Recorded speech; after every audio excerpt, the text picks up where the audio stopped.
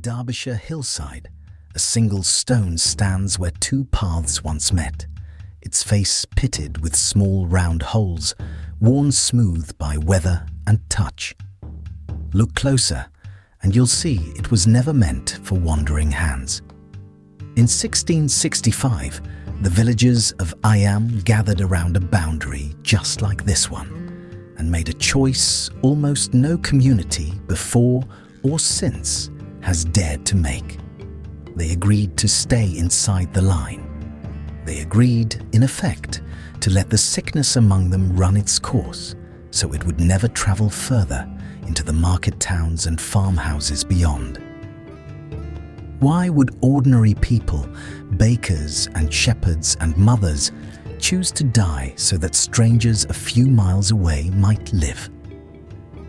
Tonight, we walk that quiet boundary together beneath the same grey Peak District sky and follow the story of Eyam from its first cough to its final bell.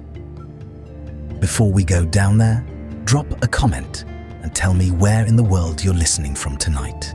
And if these quiet journeys help you drift off, hit subscribe.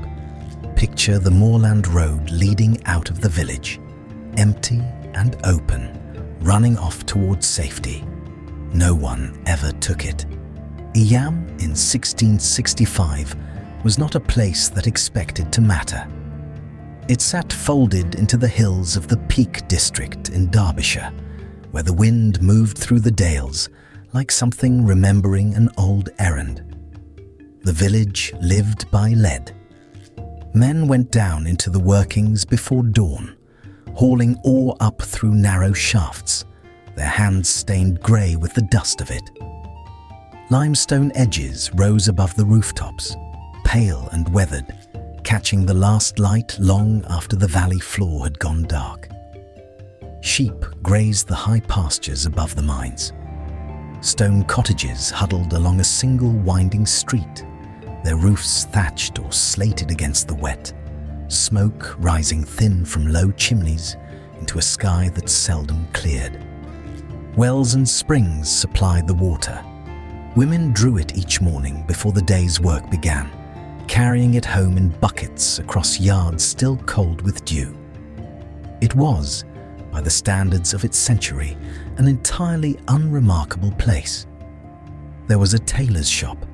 There was a church, squat and grey, its yard already thick with older graves, and a market cross where news, when it came at all, arrived slowly and second-hand.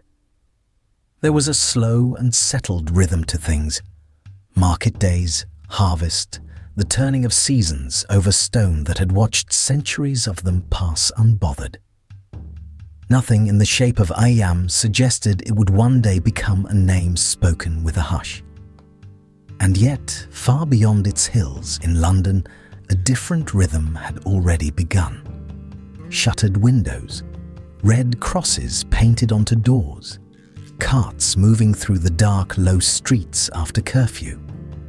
The plague had taken hold of the capital that year, spreading through its close-packed parishes with a speed that emptied whole neighbourhoods within weeks. Eyam knew of this only as distant rumour, the kind of frightening news that drifts in from far-off cities and feels, from a safe remove, almost unreal, almost like a story told to frighten children, rather than a thing that could ever cross a threshold. The village went on with its lead, and its sheep, and its low grey chimney smoke, entirely unaware that London's sickness was already, in a manner no one there could have foreseen, quietly packing itself for a journey north, toward a village too small and too remote to imagine it had anything to fear from a capital most of its people would never see. Bracken turned copper on the hillsides. The lead workings kept their rhythm, and the tailor's shop kept its own, measuring, cutting, stitching cloth for a village that dressed itself as it always had. Among the village's modest tradesmen was a tailor named Alexander Hadfield, and it was into his household that autumn that a delivery arrived from London. The parcel came by carrier, passed hand to hand along roads that connected even the quietest corners of England to the capital's commerce, however slowly and however far. Inside was cloth, arded for the making of new garments, the ordinary raw material of a tailor's trade. It had travelled for days, packed tight, jostled through towns that themselves lay under the plague's lengthening shadow, changing hands more than once along the way. The man who unpacked it was George Vickers, a journeyman tailor working under Hadfield's roof, young and by most accounts unremarkable in the way that history only later insists on remembering. He had no reason to suspect the bundle of anything. Cloth arrived from London often enough. It was simply the material of his craft, the thing his hands were trained to shape into coats and breeches for the village around him. But this cloth had come from a city where death was being counted by the thousand each week, where parish clerks filled ledgers faster than they could be read, and where the sickness moved from house to house with an appetite that seemed, to those who lived through it, almost deliberate. Nothing about the parcel announced this. It looked, to any ordinary eye, like cloth, damp from its journey perhaps, smelling faintly of the road, but cloth all the same. Vickers had been hired that year to help with the growing workload of the shop, one more pair of hands in a household already used to the rhythm of needle and thread. He lodged with the family, ate at their table, and would have thought little of an evening spent drying out a delivery that had arrived heavier and wetter than expected. It was early September. The nights had begun to carry a chill that crept into stone cottages built for warmth in daylight and cold after dark, and any tailor handling damp fabric would have done the same small, sensible thing that Vickers did next. He was, by every account that survives him, a diligent young man, glad of steady work and a warm household to lodge in. He could not have known that diligence that evening would cost him more than idleness ever might have. He carried the bundle to the fire. It was the obvious remedy for cloth soaked through by a long journey. Spread it near the flame. Let the heat draw the moisture out before mildew or damp could ruin the fabric beyond use. He unfolded it there in the low light of the hearth, layer by layer, the smell of wet wool rising as it warmed. Outside, the village settled into its evening quiet. A dog somewhere, a door latched, the last cart home along the lane. Inside, by the small orange glow, a young man knelt over cloth that steamed faintly as it dried, doing nothing more remarkable than his trade required. What he could not have known, what no one in Eyam or London or anywhere in England yet understood, was that the cloth carried more than damp. Fleas travelled within its folds, roused now by warmth after a journey that had likely kept them dormant. And it was these small carried lives, and not some vapour in the air or curse upon the parcel, that would prove to matter more than anything else in the room that evening. As the fire warmed the fabric, it warmed them too, coaxing movement back into creatures that had ridden unnoticed from a city already drowning in its dead.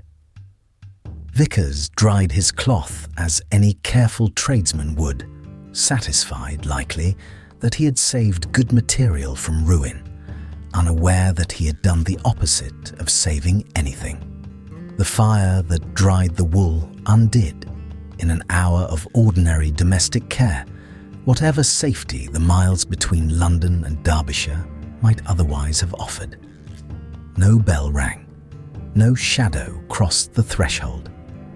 It was simply a man doing his work by firelight in a small stone house on an ordinary autumn evening, while something far older and far more patient than any plan began its quiet crossing from cloth to skin.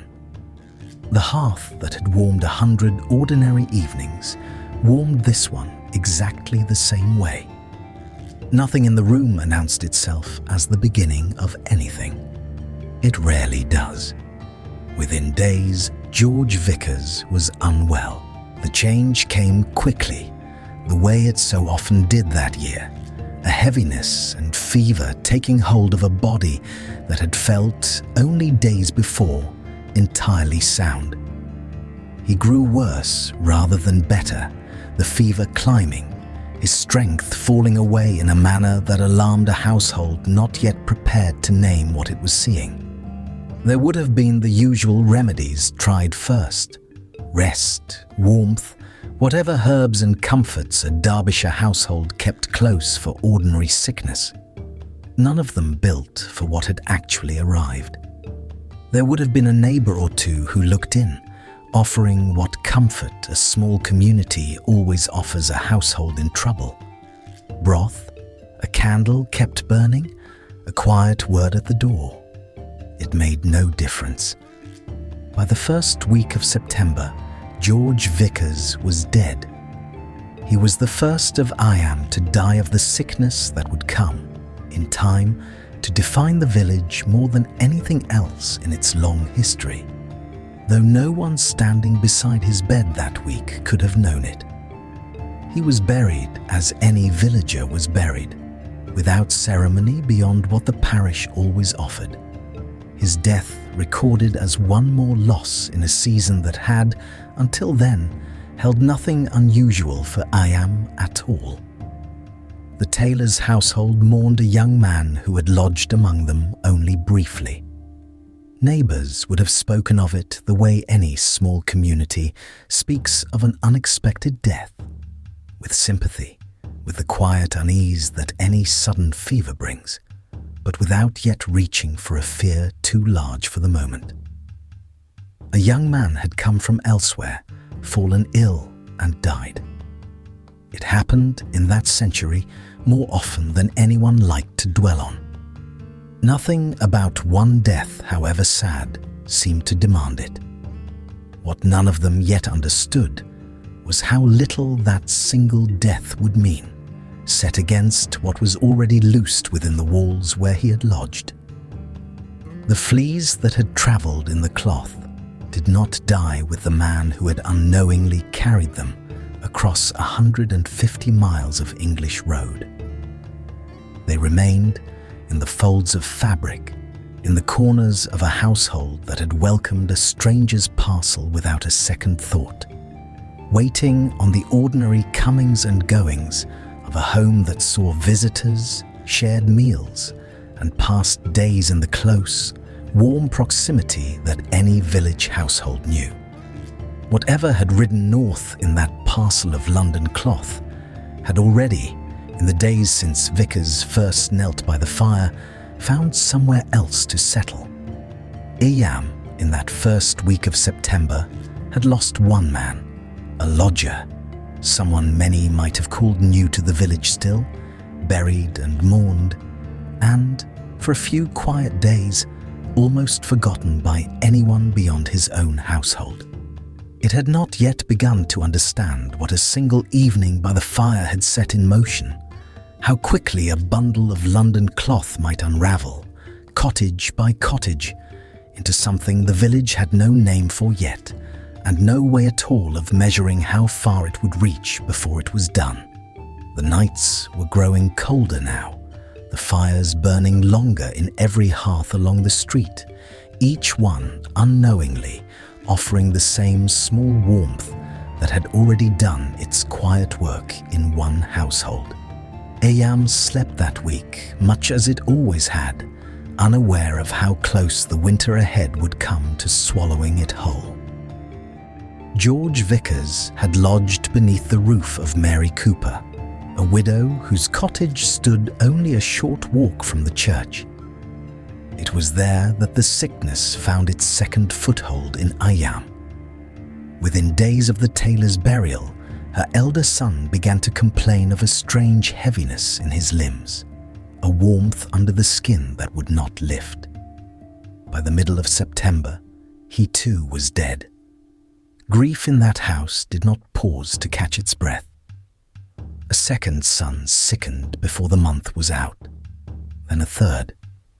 The family that had innocently taken in a parcel of damp cloth from London now found itself burying its own, one narrow coffin after another, in ground that had barely settled from the last. Neighbours who came to help with the digging noticed how quickly the earth near the churchyard wall was filling, though autumn had scarcely turned the leaves. Word travelled from doorstep to doorstep, the way such things do in small places, half in whispers, half in silence. Doors that had once stood open through the harvest season began, quietly, to close a little earlier each evening. Some called it a fever brought on by the wet season. Others, older and more watchful, said nothing at all and kept their children close. Mary herself worked without rest through those weeks, boiling linens, scrubbing the flagstones, burning what could be burned, as though cleanliness alone might hold back whatever had entered her home. It did not. A neighbour later recalled the smell of vinegar and burnt rosemary drifting from the doorway, Mary's own remedy against whatever foulness she believed hung in the air. It did no good, but it gave her hands something to do. By the last week of September, 5 of her household lay in the churchyard. The cottage that had once been full of ordinary noise, of pots and footsteps, and a widow's modest trade, stood unnervingly quiet. Candlelight still showed in the window most evenings. Nobody yet dared to name the sickness by its true and terrible name, though the shape of it was becoming harder to ignore with each fresh grave. And though the parish clerk, dipping his pen that week, still wrote only of fever. Rumours of a great pestilence loose in London had reached Eyam long before George Vickers ever opened his parcel, carried up the pack-horse routes by traders and drovers who spoke of whole streets shuttered and marked with red crosses. At first, the tales seemed impossibly distant. They belonged to a city most villagers would never see, the sort of thing exchanged over ale to pass a long evening. But the swellings appeared, first in the armpit, then at the throat. The fevers rose fast and would not break. The old stories stopped feeling distant at all. An elderly villager who had once travelled south recalled how Londoners described the buboes, the blackened skin, the sudden and merciless speed of it. She found the description matching, symptom for symptom, what she now saw in her own neighbours. Fear has a particular quality in a place this small. It does not spread through crowds. It spreads through kitchens, through low doorways, through the handful of families who know each other's business well enough to notice a missed Sunday at church. Some still hoped it was only a bad autumn ague, sharpened by damp walls and poor harvests. Others quietly began comparing what they had heard of London's dying with what stood before them, tallying the likeness until denial grew difficult to sustain. A carrier who passed through with goods reported that in the capital the bells rang almost constantly for burials, and that carts moved through the night collecting the dead. Eyam had no such carts. Not yet. Only the sexton and a scattering of grieving families doing what needed doing with their own hands. Yet the resemblance sat heavily over the village, an unspoken thread tightening between the two places, one vast and unseen, the other small enough that everyone could count the losses on their fingers. A shepherd bringing news from the market at Bakewell said even there the talk had turned to Eyam. Nobody could yet say what exactly had begun to unfold on this stretch of the moor. It was, some felt, as though the plague had sent word of itself ahead of its own arrival. By October, the sickness had stopped confining itself to a single household. It began instead to travel the way water finds its way downhill, following the closeness of Eyam's cramped stone cottages rather than any bond of blood. A family sharing a wall with the Coopers lost first a daughter, then within the fortnight, her mother, the thin partition between the houses proving no barrier at all.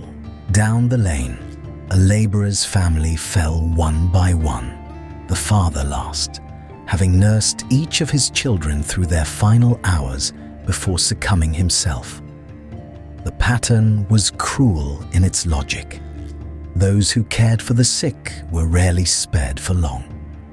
Streets that had once been distinguished by trade, by the tanner here and the miner there, began instead to be spoken of by their dead, this row having lost 4, that one 6. The cottages themselves seemed to conspire against the villagers, their low ceilings and shared walls holding the sickness close, trapping whatever passed between neighbours, in air that rarely moved. Wells were shared, doorways nearly touched across the narrow lanes. Children still played together in the dust despite their parents' growing dread. Nobody could say for certain how the illness leapt from one home to the next, whether through breath, through touch, through the fleas that rode unnoticed on rats and clothing. That uncertainty was its own kind of torment. A sexton kept a rough tally as best he could.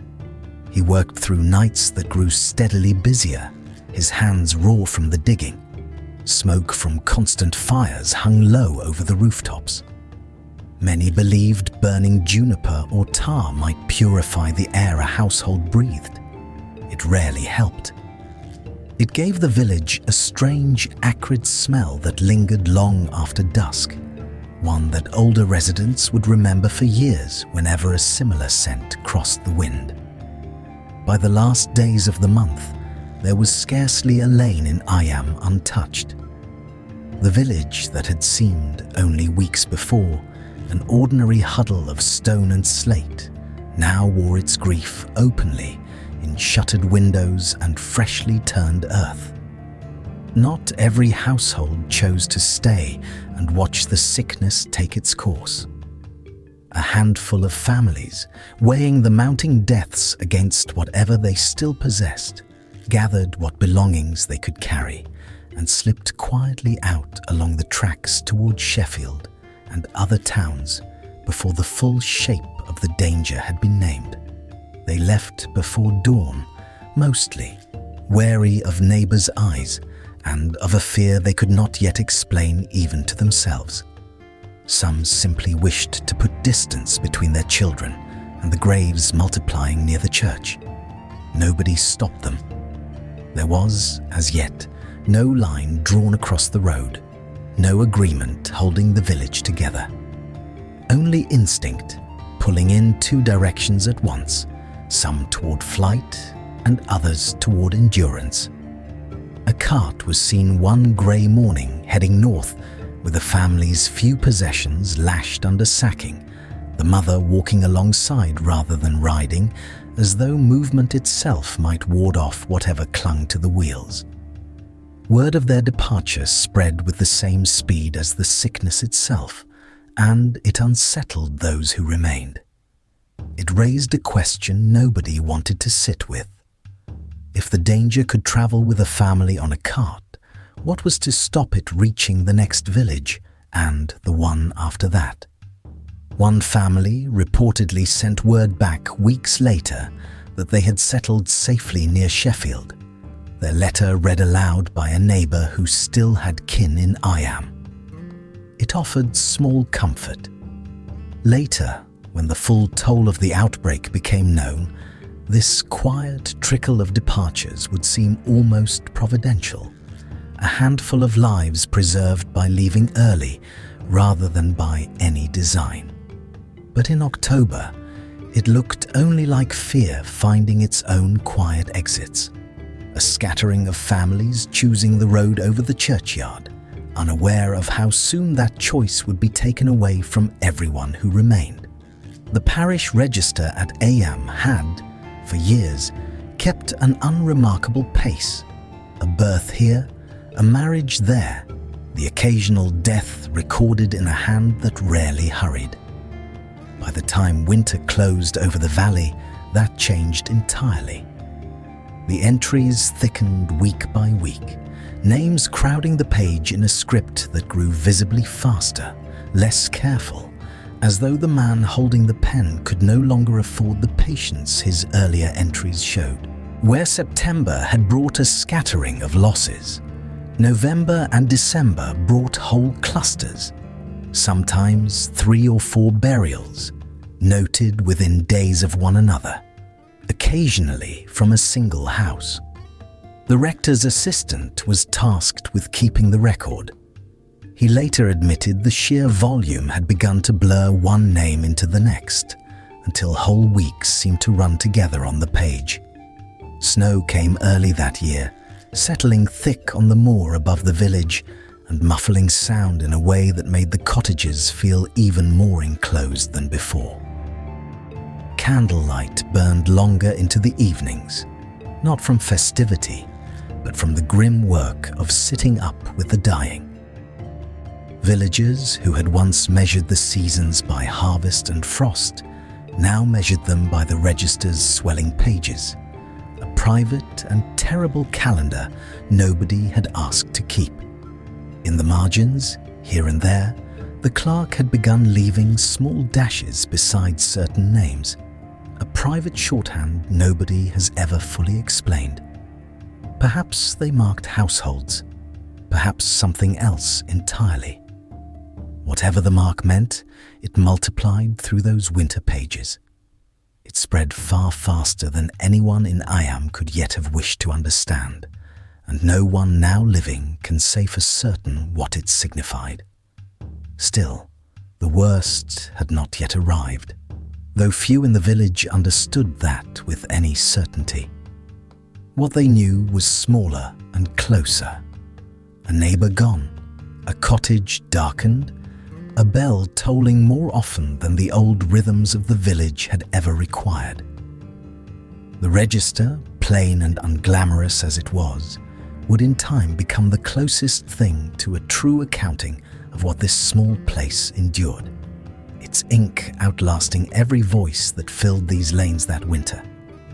For now, it simply grew, page by page, a quiet record of a village learning, house by house, what it would soon have to face together. By the spring of 1666, Eyam had a rector barely 2 years into his post, a young man named William Mompesson, still learning the weight of the stone church at his back. He had come from outside the parish, sent by the patron who held the living, and some in the village had not yet decided whether to trust him. A newcomer in a place like this earns nothing by title alone. He must earn it slowly, through winters endured and doors knocked upon, through baptisms and burials shared quietly with families who had known each other for generations before his arrival. Mompesson knew this. He had watched the first burials of that terrible season with the particular helplessness of a man still finding his footing among people who had buried their own dead for generations without him. There was no ease in it. There was only the work of showing up again and again at thresholds where fear had already arrived first. Some households opened their doors to him gladly, glad of a steady voice reading the old words over a fresh grave. Others held back, uncertain whether this young man from beyond the parish boundary truly understood what Eyam was, what it had always been before he came to it. He was, by most accounts, a careful and thoughtful man, given to long walks along the edge of the moor where the wind carried the smell of wet bracken and distant sheep. He wrote letters in a neat, unhurried hand. He had a young wife, Catherine, who had grown fonder of the village and its people than perhaps even her husband had managed in his short time there.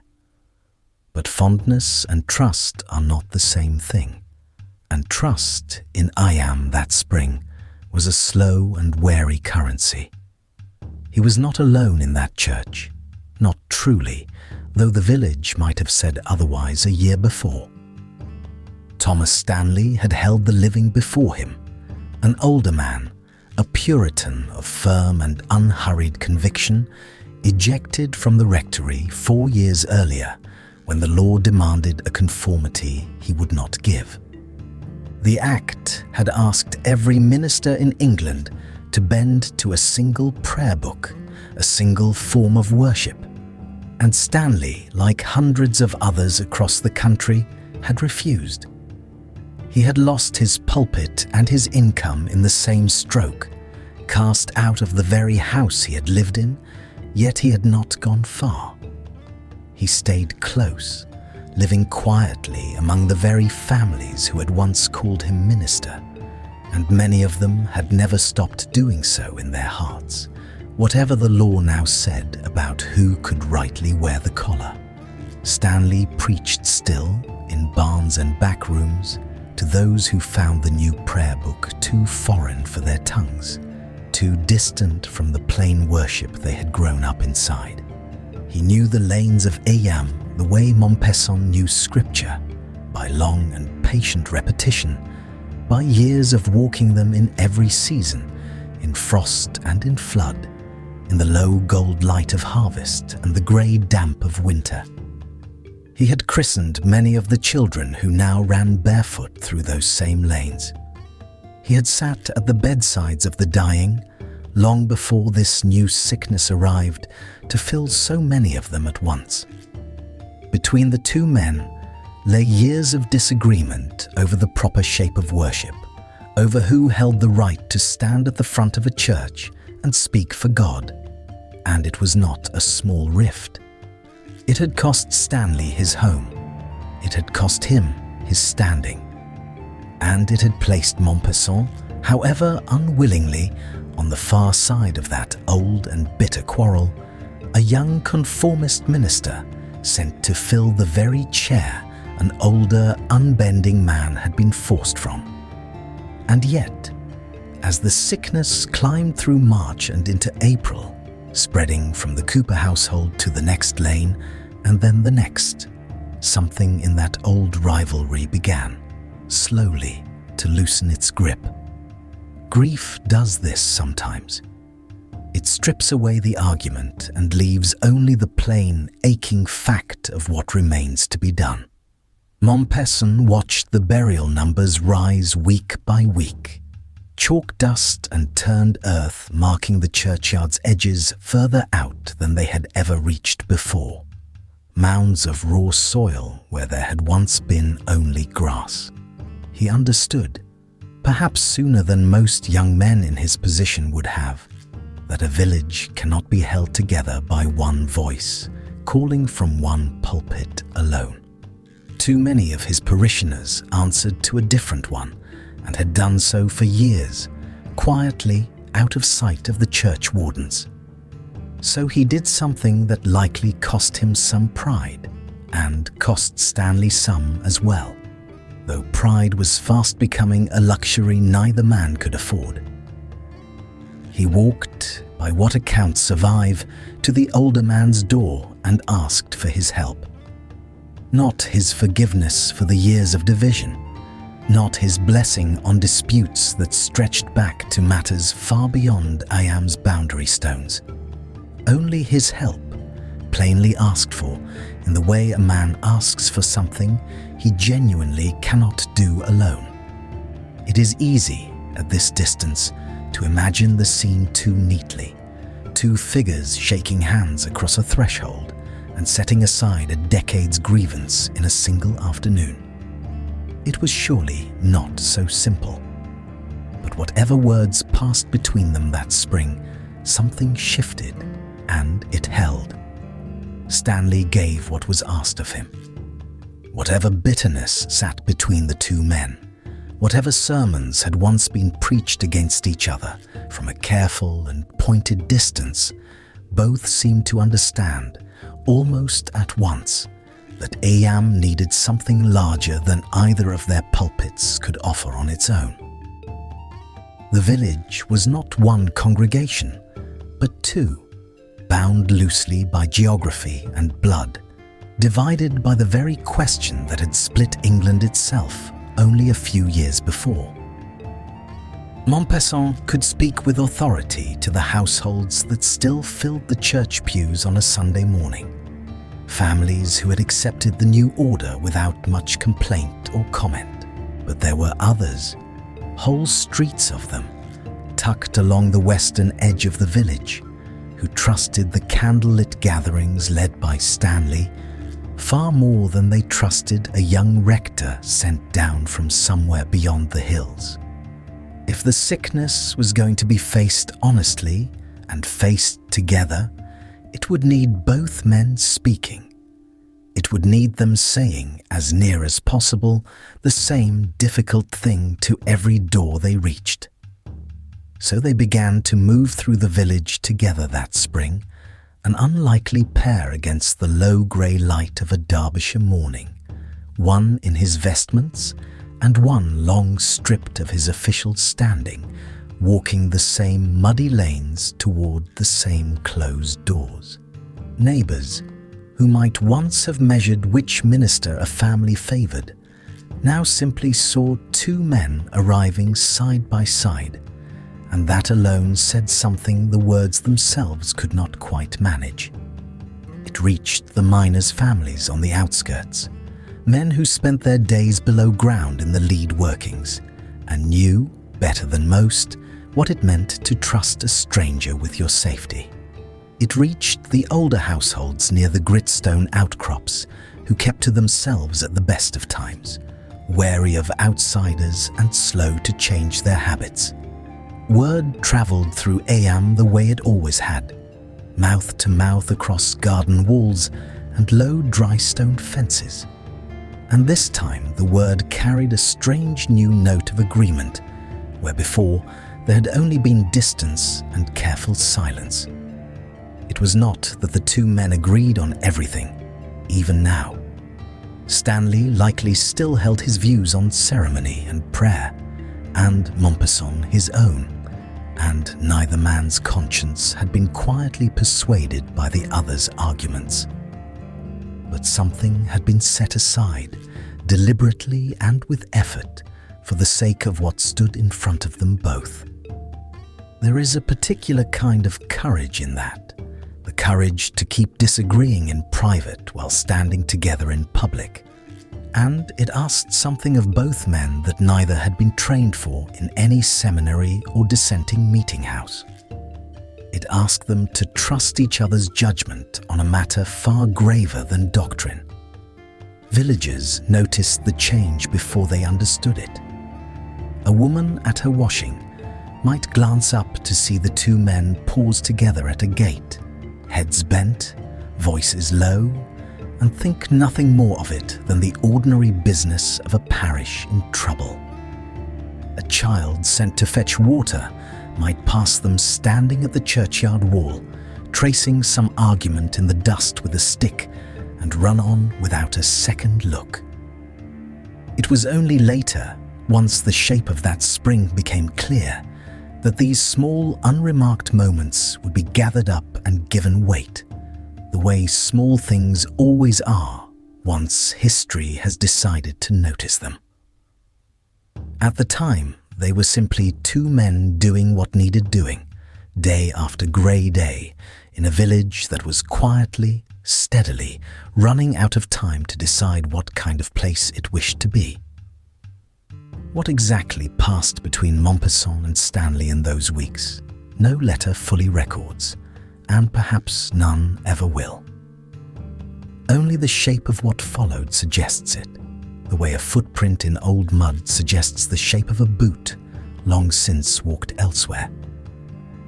Two men who might have spent this crisis pulling their halves of the village in different directions, instead began, quietly, to pull together, weighing something neither had the standing to decide entirely alone, not even now, not even united.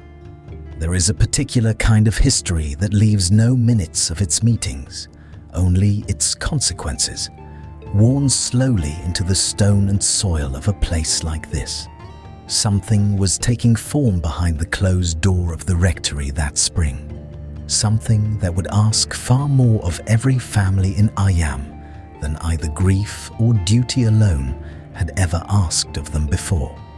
The two men who disagreed on nearly everything else had found in the space of one terrible season one single thing they could not disagree on. What that agreement would eventually cost them, and everyone gathered around them in the candlelight, was still, for now, held just out of sight, waiting for the right evening to be spoken aloud. By June of 1666, the fear that had settled over Eyam finally found a shape. It found a name too. Mompesson had watched the parish register fill with fresh entries week after week, the same cramped hand recording death after death, and Thomas Stanley had watched it with him. The two men bent together over that worn page by candlelight, long after the rest of the village had gone to whatever sleep grief allows. Between them, an idea had taken root, quiet and terrible in its clarity. If the sickness could not be stopped, perhaps it could be held inside the boundaries of the village itself, so that it would spend its fury on Eyam alone and go no further into the dale. Neither man pretended the plan was gentle. It asked the village to become its own prison, its own hospital, its own grave, if it came to that, and both men knew it might. Mompesson, still new to the pulpit and still working to earn a trust his predecessor had never quite given him, needed Stanley's older, steadier voice beside his own. Stanley, cast out once already for beliefs the Crown had judged unacceptable, needed the Church's remaining authority to make such a proposal carry any real weight. Together, the two men were stronger than either alone. Separately, it is easy to imagine they might have failed before a single villager agreed even to listen. There was no precedent to lean on, no earlier village that had tried such a thing and lived to tell of it clearly. They were, in effect, inventing the idea as they carried it from house to house that first week, testing the words on a blacksmith here, a widow there, watching each face for the moment understanding turned to dread. Some doors did not open to them at all. Others opened only a crack, a single eye assessing two rectors standing where a physician should have stood instead. Mompesson later admitted, in letters that would outlast him by centuries, that he had expected outright refusal. He had expected anger, even violence, from people who had already lost so much to a sickness no one in the village had summoned or deserved. Instead, he found something closer to exhaustion. Many, he wrote, seemed almost relieved to be given a task at last, something to hold against the helplessness of watching neighbours fall ill one by one with no remedy anyone could offer. They called the parish together to hear it, gathering the living in the same nave where so many funerals had lately been read aloud. Candlelight moved slow across drawn, hollow faces. Some in that room had already buried children.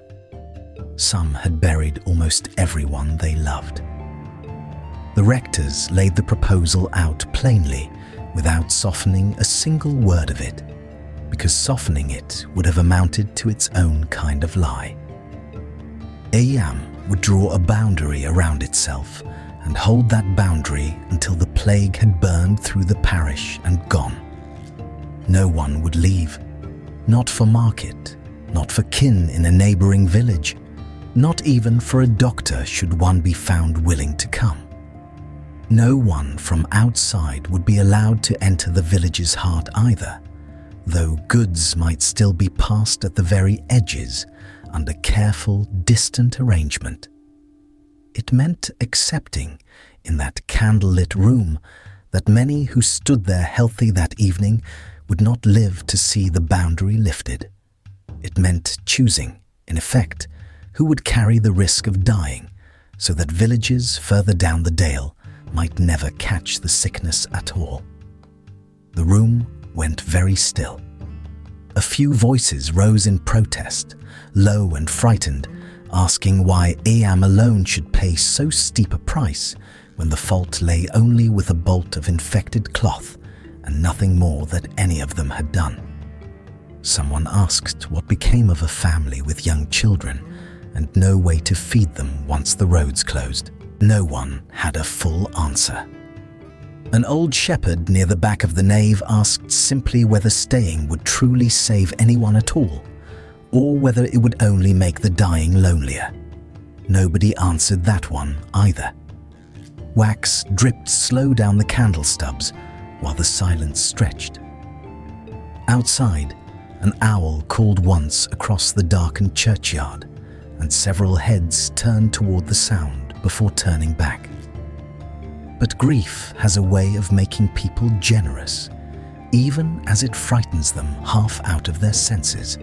And by the end of that long evening, weary and afraid, the village had agreed. They would hold the line together, whatever it cost them, and by then most suspected it would cost them dearly. They would try to hold it to the end. Hands were shaken in the candlelight, quiet and solemn, the way men and women once sealed a bargain when no paper existed to sign.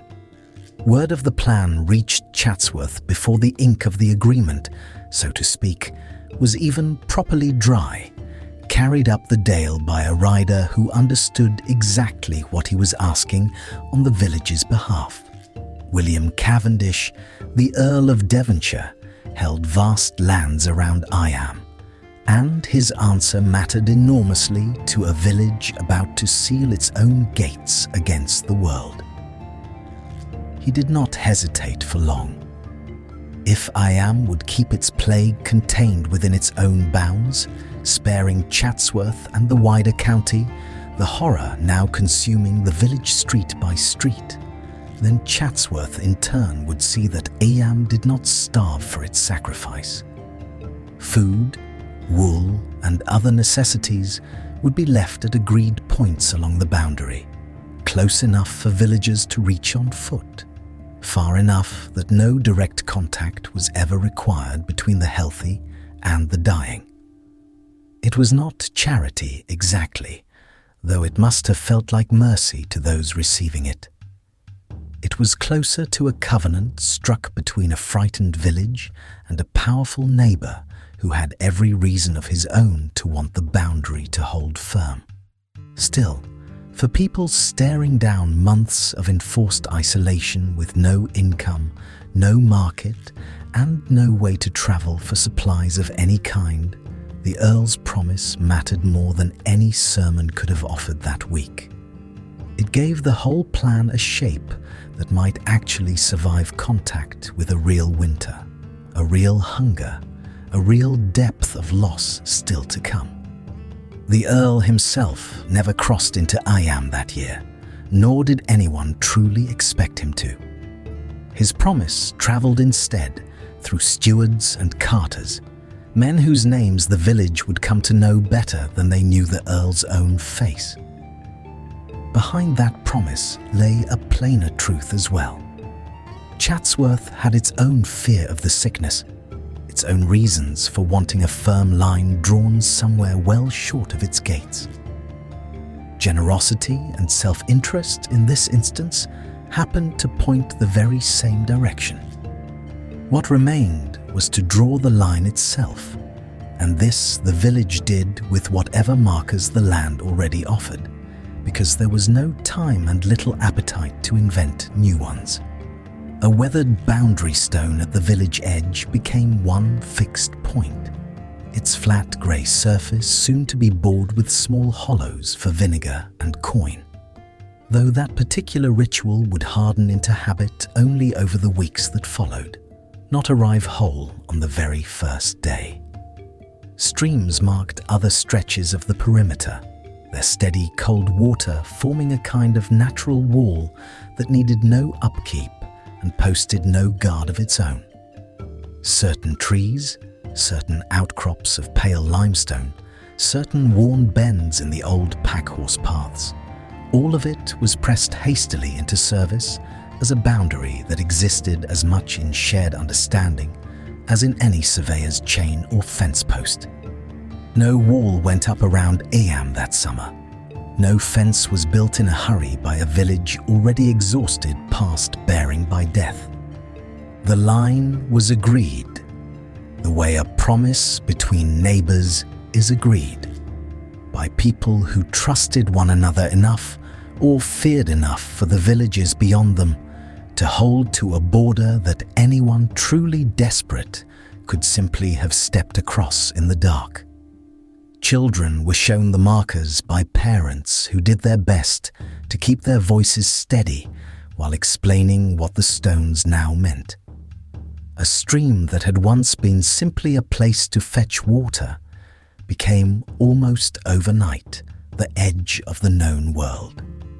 Even the older villagers who had walked these fields their whole lives without a second thought found themselves pausing at boundaries that had never mattered before, measuring distances they had never needed to measure.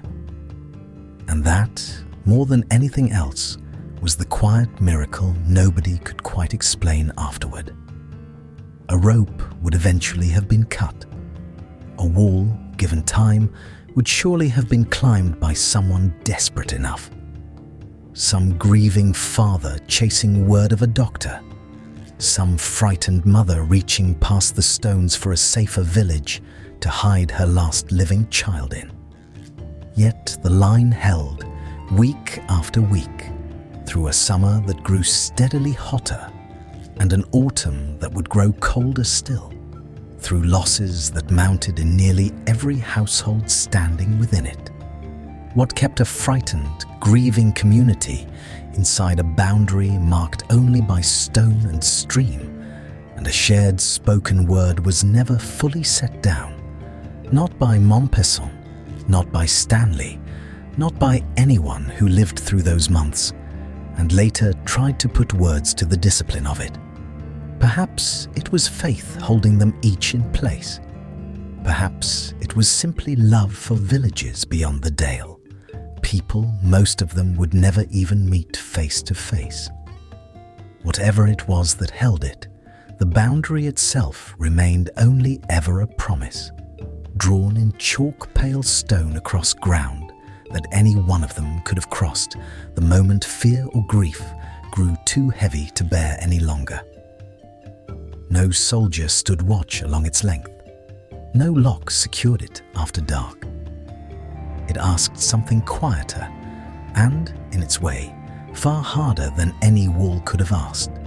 And somehow, through the worst months still waiting ahead, the village kept asking that same quiet thing of itself, night after night, and answering yes. Above the village, where the last houses give way to open pasture, a block of gritstone still stands, weathered grey and patient, planted at the edge of a field that has forgotten most of its other history. It is not tall. A person could rest a hand flat on its crown without stretching, without even rising onto the toes. Look closer, though, and you will find 6 holes drilled through its face, each one worn smooth at the lip by more than 3 centuries of weather and touch. They were bored in the summer of 1666, not for any ordinary purpose, not for fencing or for marking a field's corner, but for a purpose the whole village had agreed upon in secret council with Mompesson and Stanley only weeks before. This stone would become the edge of the world for Eyam. Beyond it, the moor rolled on towards stony Middleton and the wider county, indifferent to what was happening below, its grasses bending the same way they always had. On this side, a village had chosen to vanish from the map of safe places, and the stone would carry the weight of that choice, quietly, stubbornly for months to come, long after the men who agreed to it had stopped counting the days. Rain has fallen on it every winter since. Frost has crept into those 6 hollows and split away small flecks of stone year after year, and still it stands, low and unremarkable to anyone who does not know its story, easy to walk past without a glance. Local memory has kept it upright in more than one sense, tending the path to it, naming it plainly as the boundary stone, refusing to let the fields swallow it back into ordinary grass. Few monuments are this modest. Fewer still carry so much inside so small a shape. No inscription explains it. None is needed, once you know what it held. The arrangement was simple, and it had to be, because complicated plans fail when fear is doing the thinking for an entire parish. Outsiders would not come into Eyam, not for any reason, not even kindness, not even the pull of an old friendship on the other side of the line. Instead, they left what the village needed at agreed points along the boundary. This stone chief among them, though other spots existed too.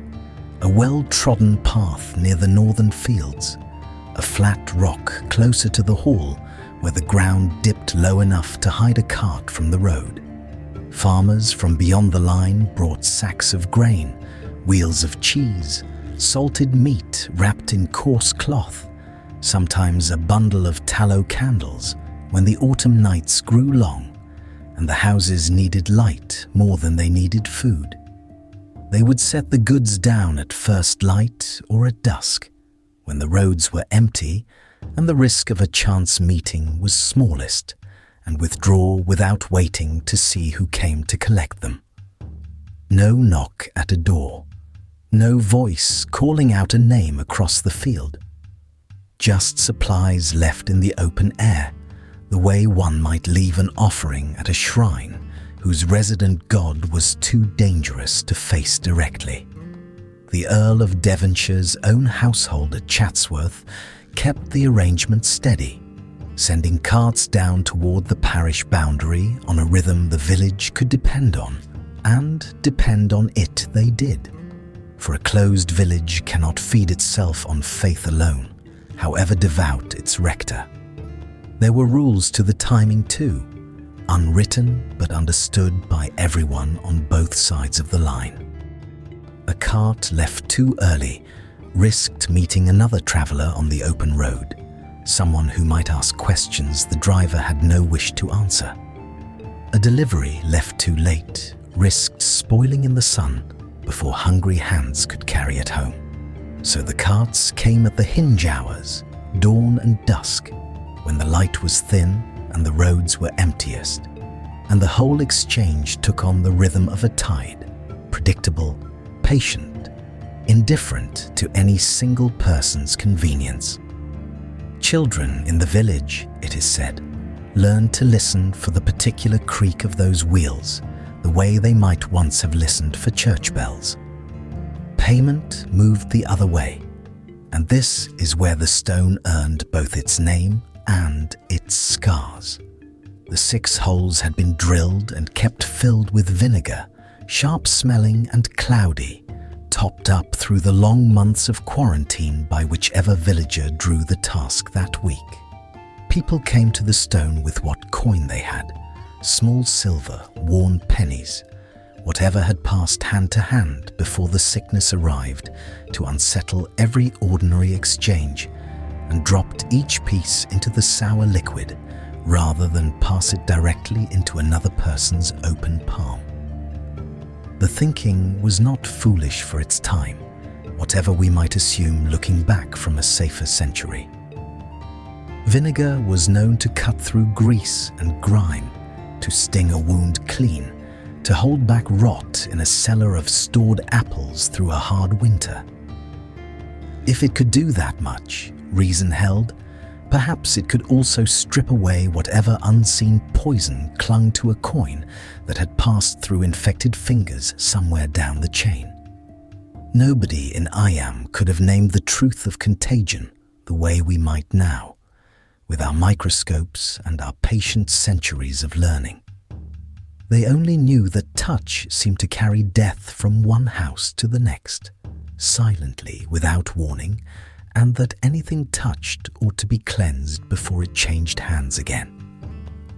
So the coins went in, soaked through a full day sometimes, and were fished back out by a farmer's careful fingers once the villagers had withdrawn to a safe distance, the sour smell of vinegar clinging faintly to metal that had, in its own small and hopeful way, crossed the plague line and returned unharmed. Vinegar was not chosen at random either. It sat in nearly every kitchen in England already, brewed at home, used for pickling and preserving through winters that offered little else in the way of fresh food. It was cheap. It was available even to households counting every last coin.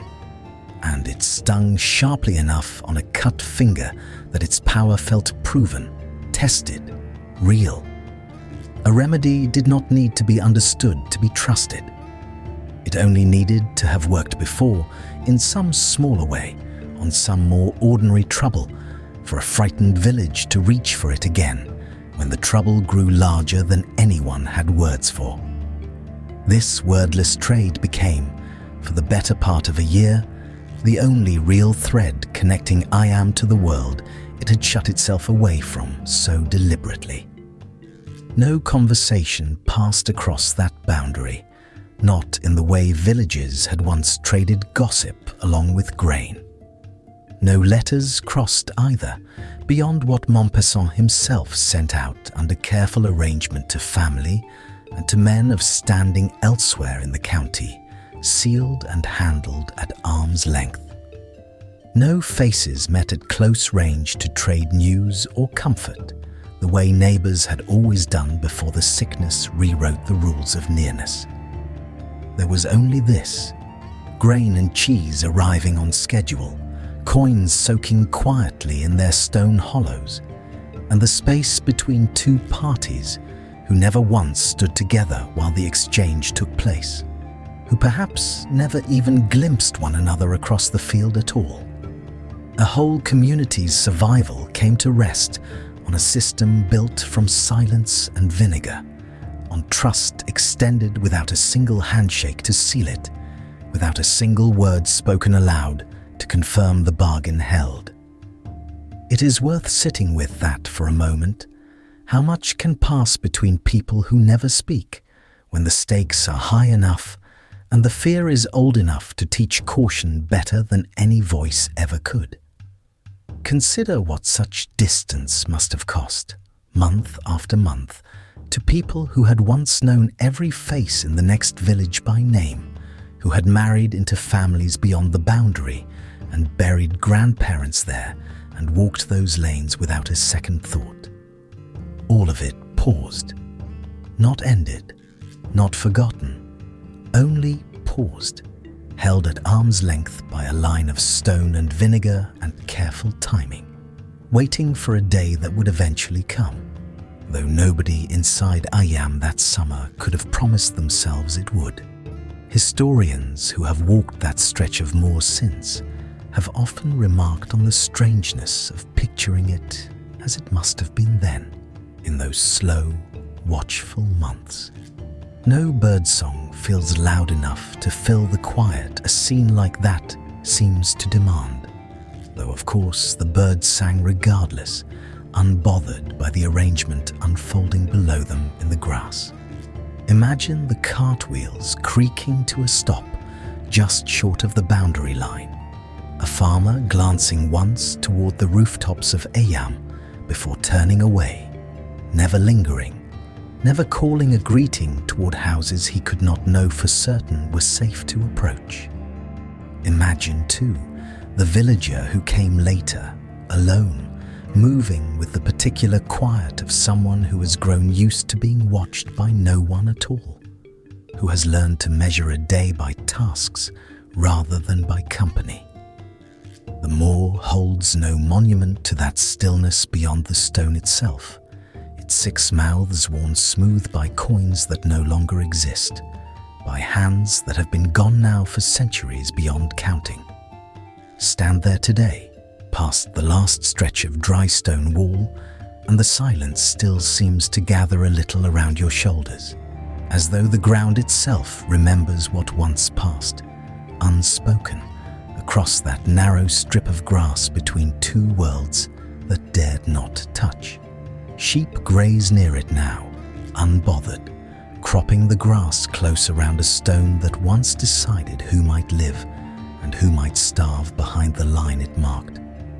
Walkers pause there sometimes, reading the small plaque set beside it, running a finger along one of the 6 worn hollows, almost without meaning to, as though touch alone could carry some of that old distance across the years.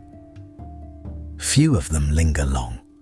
The wind moves through, the way it always has, and the moor keeps its long, unhurried quiet, holding this one story among countless others it has never troubled to tell. By midsummer, the parish church stood empty. Its doors had not been locked out of neglect, but out of caution, for Mompesson had come to believe that walls which once gathered the village together might now be gathering the sickness too. Indoor air, close and still, seemed somehow to carry contagion further than open air ever could. Trapped between beam and stone, breathed and rebreathed until it found a new chest to settle in. He would not test that belief on trust alone, not with so many lives already lost, not with the churchyard already crowded past its old comfortable capacity. So the rector made a decision that unsettled even those who admired him most. Worship, from this point forward, would happen outdoors, under open sky, wherever the wind might carry danger away from waiting lungs before it settled into another chest, another household, another name added to the growing list. It was an unusual choice for an English parish in the 1660s, a world where ritual mattered, and stone walls meant order, permanence, the steady architecture of faith handed down through generations of Sunday mornings. But Eyam was no longer an ordinary parish, and its rector understood that survival sometimes asked for strange arrangements, ones no bishop would have sanctioned in gentler times. Just beyond the last houses, tucked into a fold of limestone hillside, lay a natural hollow the villagers called Cucklet Delph. Rock rose on either side like the walls of a roofless chapel someone had carved from the hill itself. Patient work done slowly by rain rather than by any mason's hand. Grass grew thin and wiry between pale stones. A narrow stream traced the bottom of the hollow, cold and constant, its low sound filling every silence between prayers, indifferent to whatever words passed above it. Mompesson chose this place because it already resembled a sanctuary, long before anyone thought to make it one. Sheep had grazed there for generations, indifferent to whatever history it might one day carry on its bare shoulders of stone.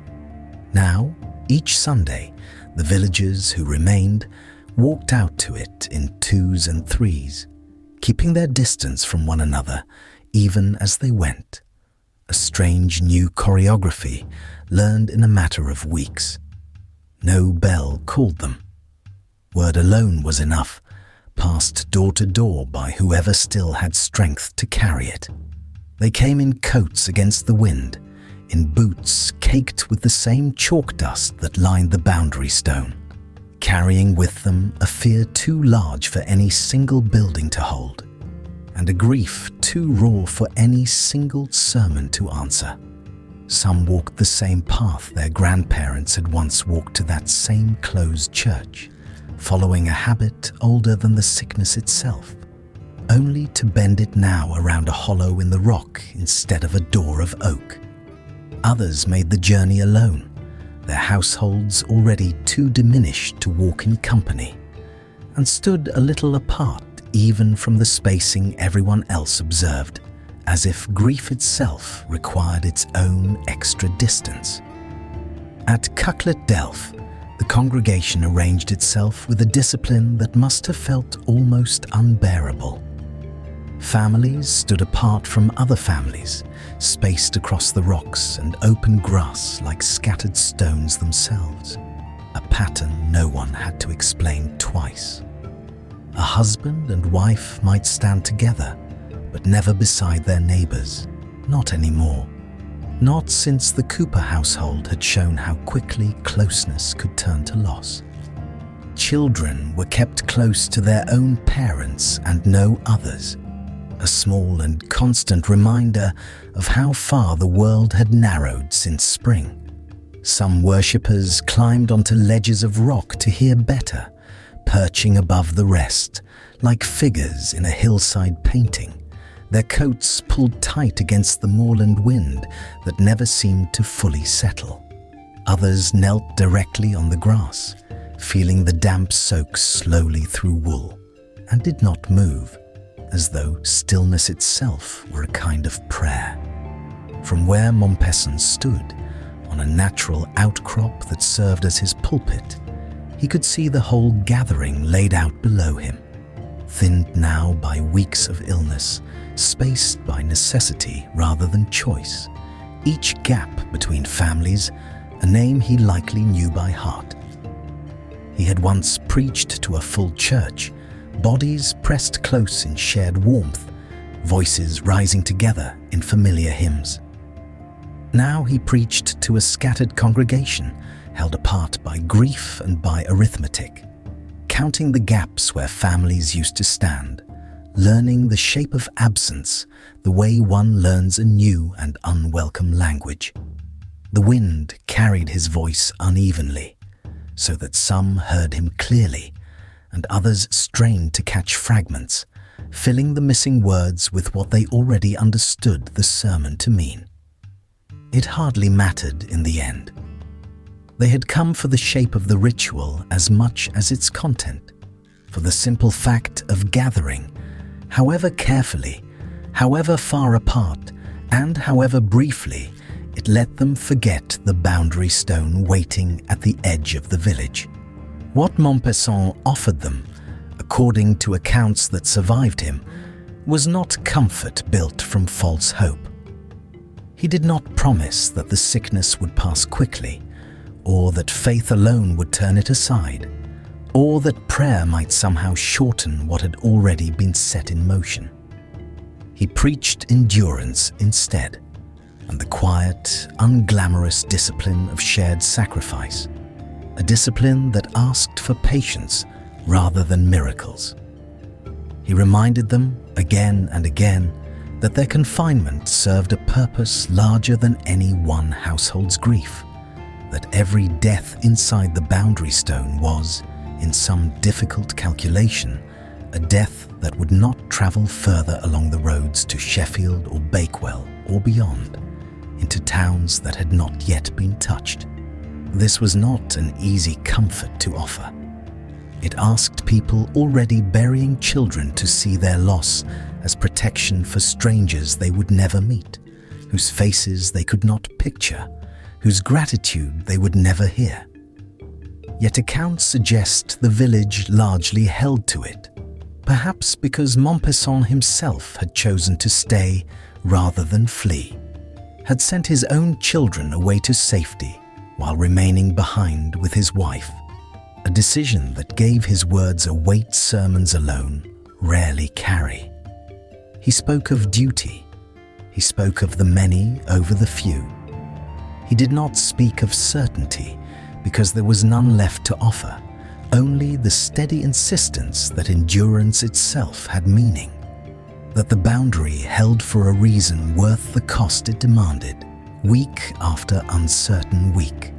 Some in the congregation must have doubted him privately, must have wondered in the quiet after the sermon whether sacrifice offered to strangers was sacrifice at all, or simply loss dressed in kinder language. If such doubts were spoken aloud, no record of them survived. What survived instead was the pattern itself, repeated Sunday after Sunday, the villagers returning to the same rock ledges to hear the same steady voice, as though the repetition were its own form of answer, wearing doubt down slowly the way water wears down stone. The Delph became something stranger than a church, and something quieter too. It was a hollow carved by water and time long before anyone needed it for shelter.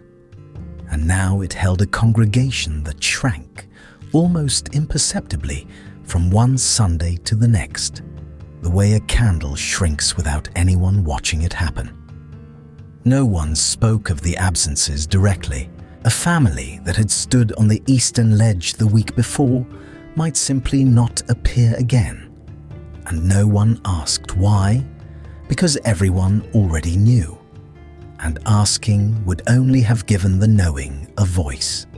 The stream kept running beneath the prayers, indifferent to the illness above it, its sound a kind of constant that outlasted every voice raised over it, patient in a way nothing human could manage. Mist sometimes gathered along the hollow's lower reaches in the early morning services, thinning as the sun rose, so that worshippers seemed to step out of it one by one as the light strengthened, ghostly for a moment before becoming simply themselves again. Candles were of no use outdoors, but some carried small lanterns anyway, more habit than necessity, flames struggling against the moorland wind and mostly losing.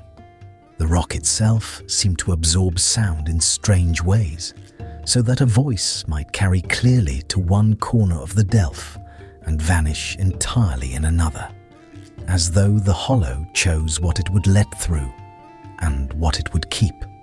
Villagers began to speak of the place in hushed terms, even among themselves, a sanctuary held in the middle of ongoing deaths, neither fully sacred nor fully ordinary, but something the village had made necessary through sheer persistence.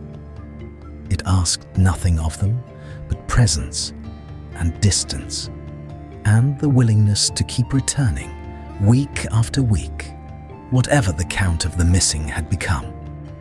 Some later spoke of the Delph as though it had watched over them, though it was only stone and water and thin grass, indifferent by nature, incapable of watching anything at all.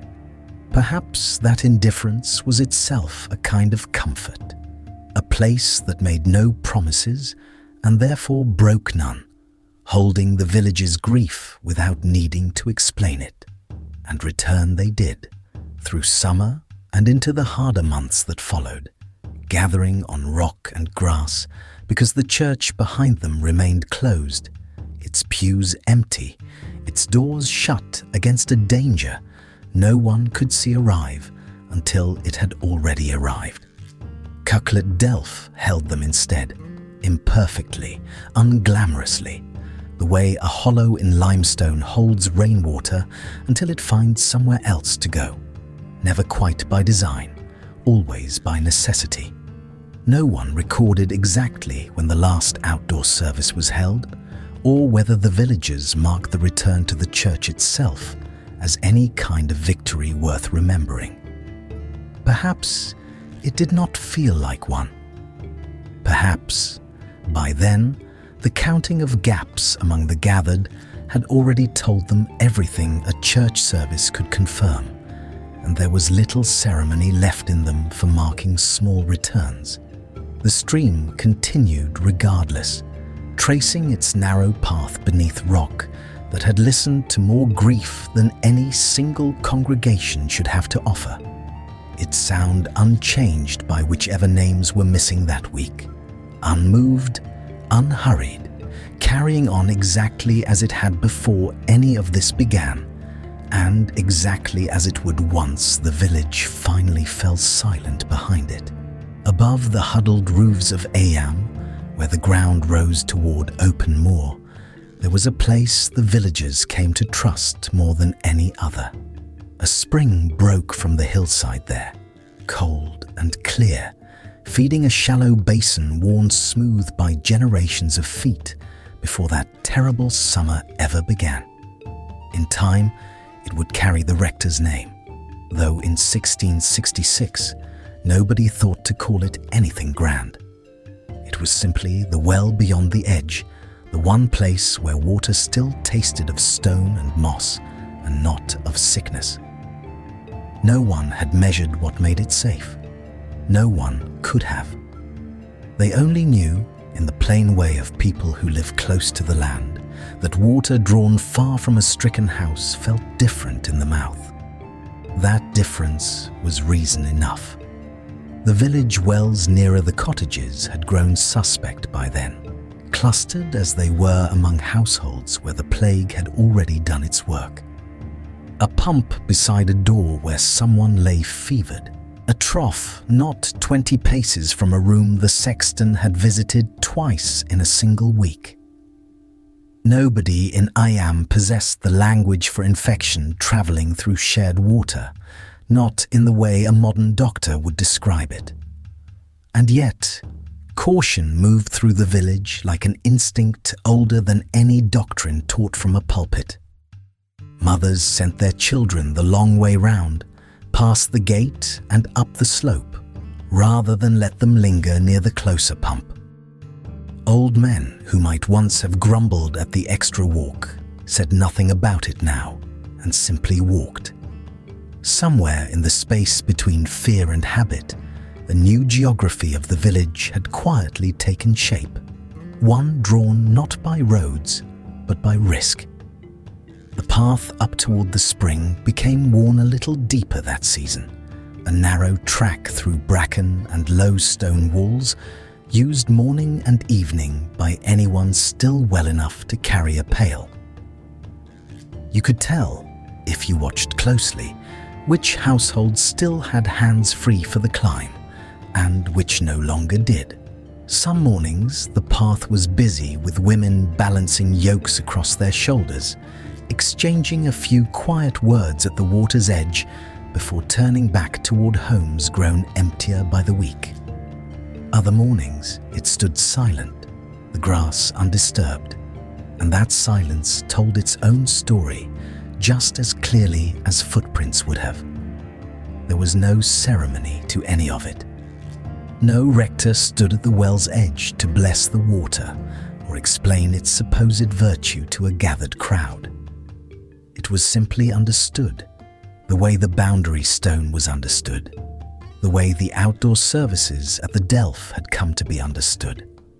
A rule agreed upon almost without discussion, because discussion had become a luxury the village could no longer afford. You walked further for cleaner water. You accepted the ache in your arms and the extra hour it cost your morning, because the alternative was a risk nobody wished to name aloud. In this quiet way, the well became something more than a mere source of drinking water. It became a small decision repeated by dozens of households, each one choosing distance over convenience, each one choosing the open hillside over the familiar yard just beyond the door. What is striking, looking back across 4 centuries, is how much sense this instinct made, even though nobody in Eyam understood the why of it. This was more than 100 years before anyone would trace cholera to a single pump handle in London.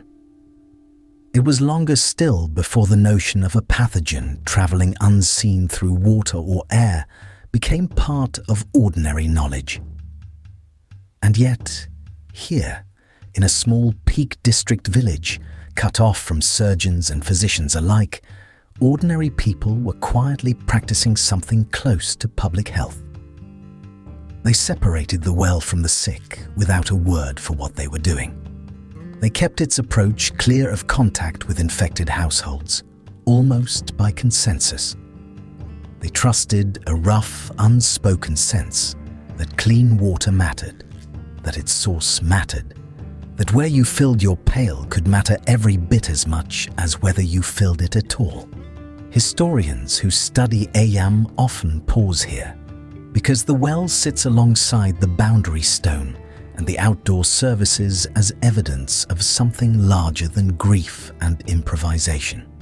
It suggests a village organizing itself with a kind of discipline born purely of necessity, arriving through trial and consequence at practices that would not be formally understood for generations to come. There was no theory behind it, no germ, no microscope, nothing but pattern observed closely enough by frightened, careful people to be acted upon. A household near a contaminated well seemed to fare worse as the weeks wore on. A household drawing water from the clean spring seemed, at least sometimes, to fare a little better. That correlation, however crude, was enough. In a village already choosing to seal its own borders against the wider world. Choosing a farther well over a nearer one asked for very little extra faith. Think of what that walk must have felt like, morning after morning, through a summer thick with heat and grief in equal measure. The path climbing away from the huddled cottages, past low walls furred with lichen, past gates that no longer opened onto neighbours who once waved cheerfully from them. The spring itself, modest and unassuming, water sliding over pale stone with a sound that must have felt almost ordinary against everything else unfolding below in the village. A pail filled slowly, carried back down with care so as not to spill what had cost so much effort to gather. The weight of it, a small mundane comfort in days that offered so very few. It was one of the quieter mercies of that summer, a place where a frightened village could still reach for something plain and dependable, even as so much else slipped steadily beyond anyone's control. And it is worth noticing what the well represents within the wider pattern of Eyam's self-organization that year. The boundary stone managed contact with the outside world beyond the parish. The outdoor services at Cucklet Delph managed contact between households still living, spacing families apart even as they gathered to pray together. The well, in its own quiet way, managed the water itself, the most basic need of all, filtered away from danger by people who had no formal name for what they feared yet knew enough, somehow, to avoid it. Together, these were not ordinances handed down by some distant authority in London or Derby. They were choices made locally, tested against daily and often painful experience, adjusted gradually as the summer wore on and the losses mounted. A village teaching itself, piece by piece, how to survive an enemy that could not be seen, only inferred from its wake. There is a kind of dignity in that, easy to overlook amid the larger, more dramatic details of the story. No physician came to advise Eyam on sanitation. No pamphlet circulated with instructions on where a village should draw its water during an outbreak of plague. The villagers arrived at these measures themselves, through observation, through fear sharpened into method, through the common sense of people who had spent their lives reading the land for signs. The well was not a grand gesture. It did not stop the plague, and no one imagined that it could. But it was one small, deliberate act of care within a summer defined by loss. Consider, too, how little Eyam had to work with beyond this kind of observation. There was no laboratory in reach, no learned society to consult, no printed treatise explaining how disease might travel through shared water rather than through the air alone, as most physicians of the age still believed. What the village possessed instead was attention, sustained over weeks of watching who sickened and who did not, who drew water where, and who buried whom. That attention, patient and unglamorous, did the work theory could not yet do. It is tempting, from where we stand now, to imagine the past as ignorant simply because it lacked our vocabulary. But ignorance of germ theory is not the same as ignorance of pattern, and Eyam's villagers were reading patterns constantly, weighing one household's fate against another's, adjusting their habits without ever calling it science. Even the modest effort of the climb carried meaning beyond hygiene. It gave people something to do with their hands and their mornings, a task neither futile nor especially dangerous, in a season when so much else felt like waiting for a verdict already decided. Fetching water became, almost by accident, a small ritual of continuity. Families still needed to cook, to wash, to keep some thin thread of ordinary life running beneath the extraordinary one imposed upon them. The well let them do that without adding, so far as they could tell, to the danger gathered close around their doors.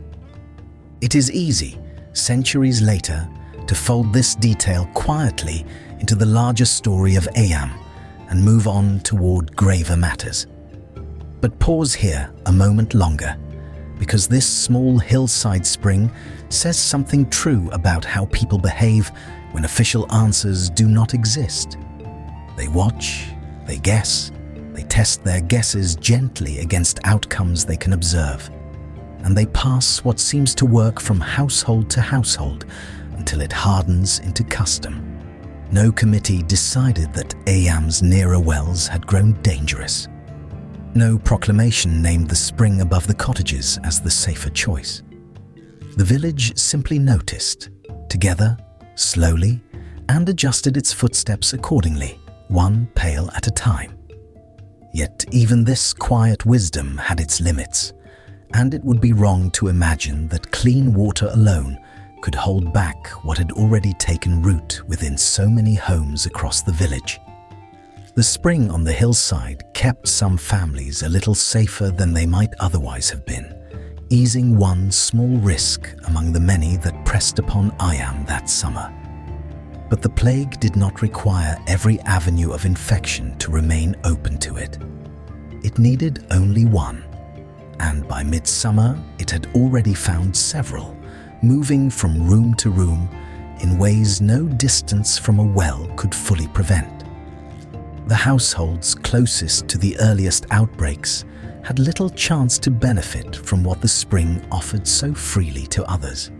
Some families, no matter how carefully they walked the longer path each morning, no matter how faithfully they avoided the nearer, suspect pumps, would still watch their numbers fall away, one grave following another before the season was through. Riley sits above Eyam, where the ground climbs out of the village and gives way to open moor. It was never a village in its own right.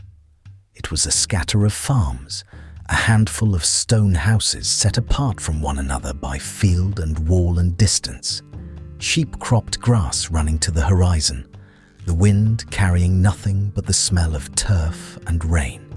A mile of open pasture separated one hearth from the next, close enough for a shout to carry on a still day, far enough that help, if it was ever needed, would be slow in coming.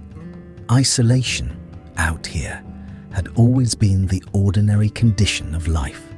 Farmers at Riley measured their neighbours in fields crossed, not doors knocked upon. In the summer of 1666, that ordinary distance became something else entirely. The Hancock family worked one of these farms. John Hancock and his wife Elizabeth raised their children within sight of the moor's long shoulder, far enough from the village centre that for a while the sickness passing through Eyam's crowded lanes must have felt like another parish's trouble, something spoken of at market, rather than something felt at the door. Distance had protected other households before, and there was reason enough to hope it might protect this one too. It did not. Whatever carried the contagion up the hillside, a visit, a delivery, a piece of borrowed cloth, no record says for certain. It reached Riley in early August, and once it arrived, it did not pause to consider how far the farm stood from anywhere else. The moor that had kept the family company also kept them unwatched, and unwatched in a summer like that one was not the same as unreachable. What followed took a single week.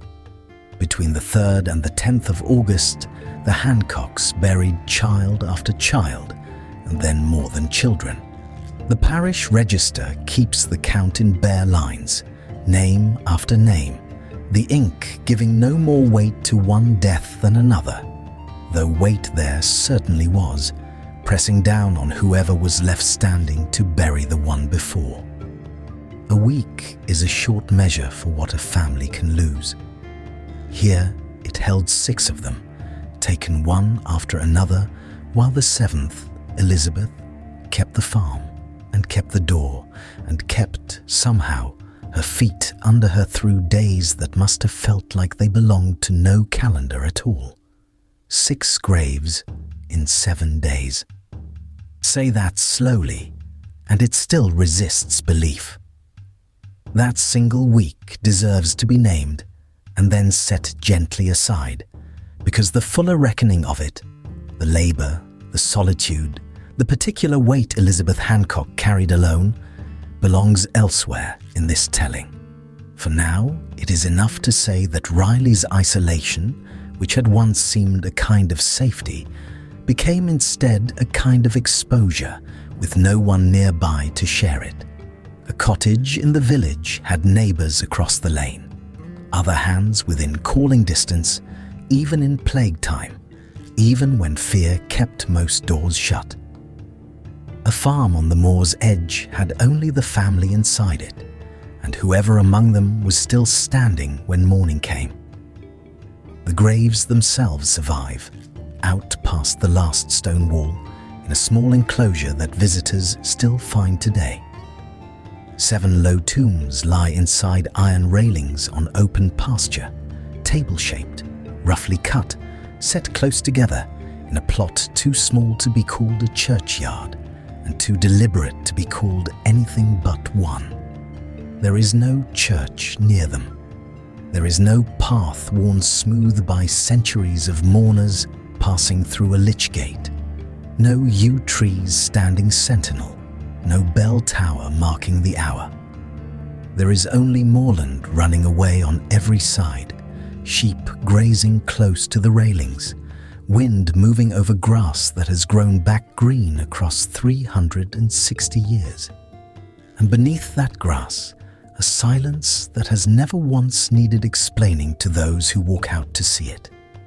Stand there, and the quiet has a different texture from the quiet of Cucklet Delph or the churchyard down in the village. Those places hold community, even in absence, a gathering point, a memory of voices raised together, footpaths worn by return visits across the centuries. Riley holds something more solitary, more exposed to weather and to distance both. The graves face the moor, not a road. Whoever cut these stones and set them in the ground did so with the nearest neighbour a field or two distant, and no bell to call for help, and no procession to walk beside the dead, only the sound of their own breath and the scrape of iron on stone. Because Riley sat apart, it its burials could not wait on ceremony. In the village, however reduced its comforts had become by then, there was still Mompesson's insistence on order. A bearer summoned, a plot chosen, a form observed even at a hurried pace, some shape given to grief, even when grief had to move quickly. Out here, form was a luxury the ground itself did not allow. A body kept above earth in August heat was a danger to whoever remained to care for it. And every hour spent waiting for help that might never come was an hour spent in company with the very sickness that had caused the death. The plague did not wait for grief to finish its work, and grief, in turn, could not wait for anyone to arrive and share the labour. So the dead of Riley went into the ground quickly, without bell or gathering, each burial following hard upon the last, because there was no time to let one morning end before the next began. No vicar stood over these graves, as Mompesson stood over the villagers below, reading the service he had adapted for a summer that demanded haste over custom. No neighbours lowered a body between them, murmuring what comfort they could manage before stepping back into their own fear.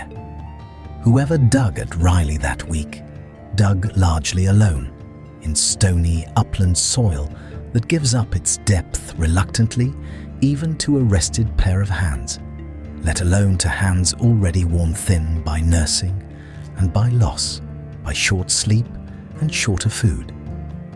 It is worth pausing on that labour itself, separate for a moment from who performed it or how many times it had to be repeated.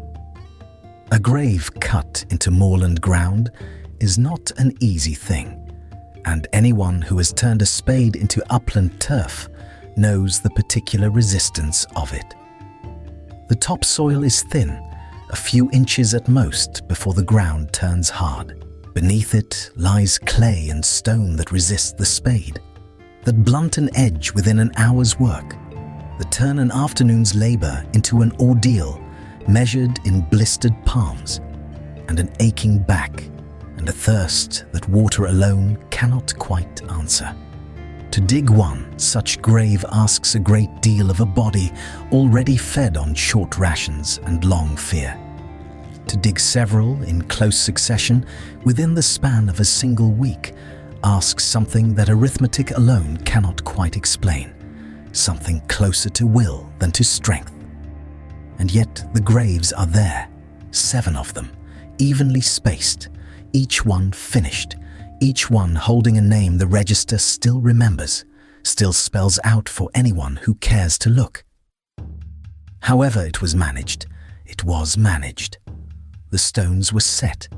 The ground was closed over, each mound levelled as best it could be, by hands too tired to do more than the minimum the task required. Whatever the cost in strength or in solitary grief, someone at Riley found enough of both to see the task through to its end, without help arriving from the village below, and without the labour ever being written down in any hand, in any diary, in any letter that has come down to us across the centuries.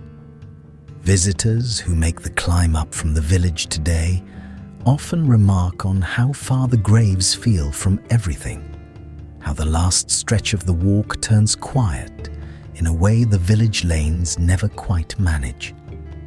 That distance is the story as much as the stones are. It is easy, standing in a churchyard, to imagine a community closing ranks around its dead, sharing the weight of digging and burying between many shoulders.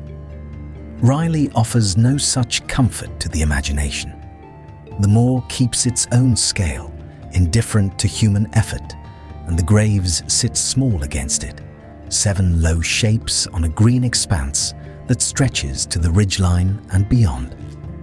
Some who visit come by the road that climbs from the village, others by the footpath that cuts straight across the fields, and both approaches share the same last moment when the walls fall away and the enclosure appears without warning against the hillside. There is no signpost that prepares a person for the scale of it. No gradual introduction the way a churchyard offers through its gate and its avenue of stones. One field holds sheep, the next holds Riley. And the change between the two is nothing more than a low iron rail and 7 shapes cut from grey stone. Nothing about the setting insists on grief, and that quiet ordinariness is its own kind of weight. The grass grows as it would anywhere else on that hillside, indifferent, green, cropped short by animals that know nothing of what the ground beneath them once received in a single terrible week 3 centuries gone, and carry no memory of it either. That is where this part of the story rests for now. The row of graves standing on the open hillside, plain and square and far from anywhere else, still catching the wind the way they must have caught it that August, still holding their small enclosure against a landscape too large to notice them.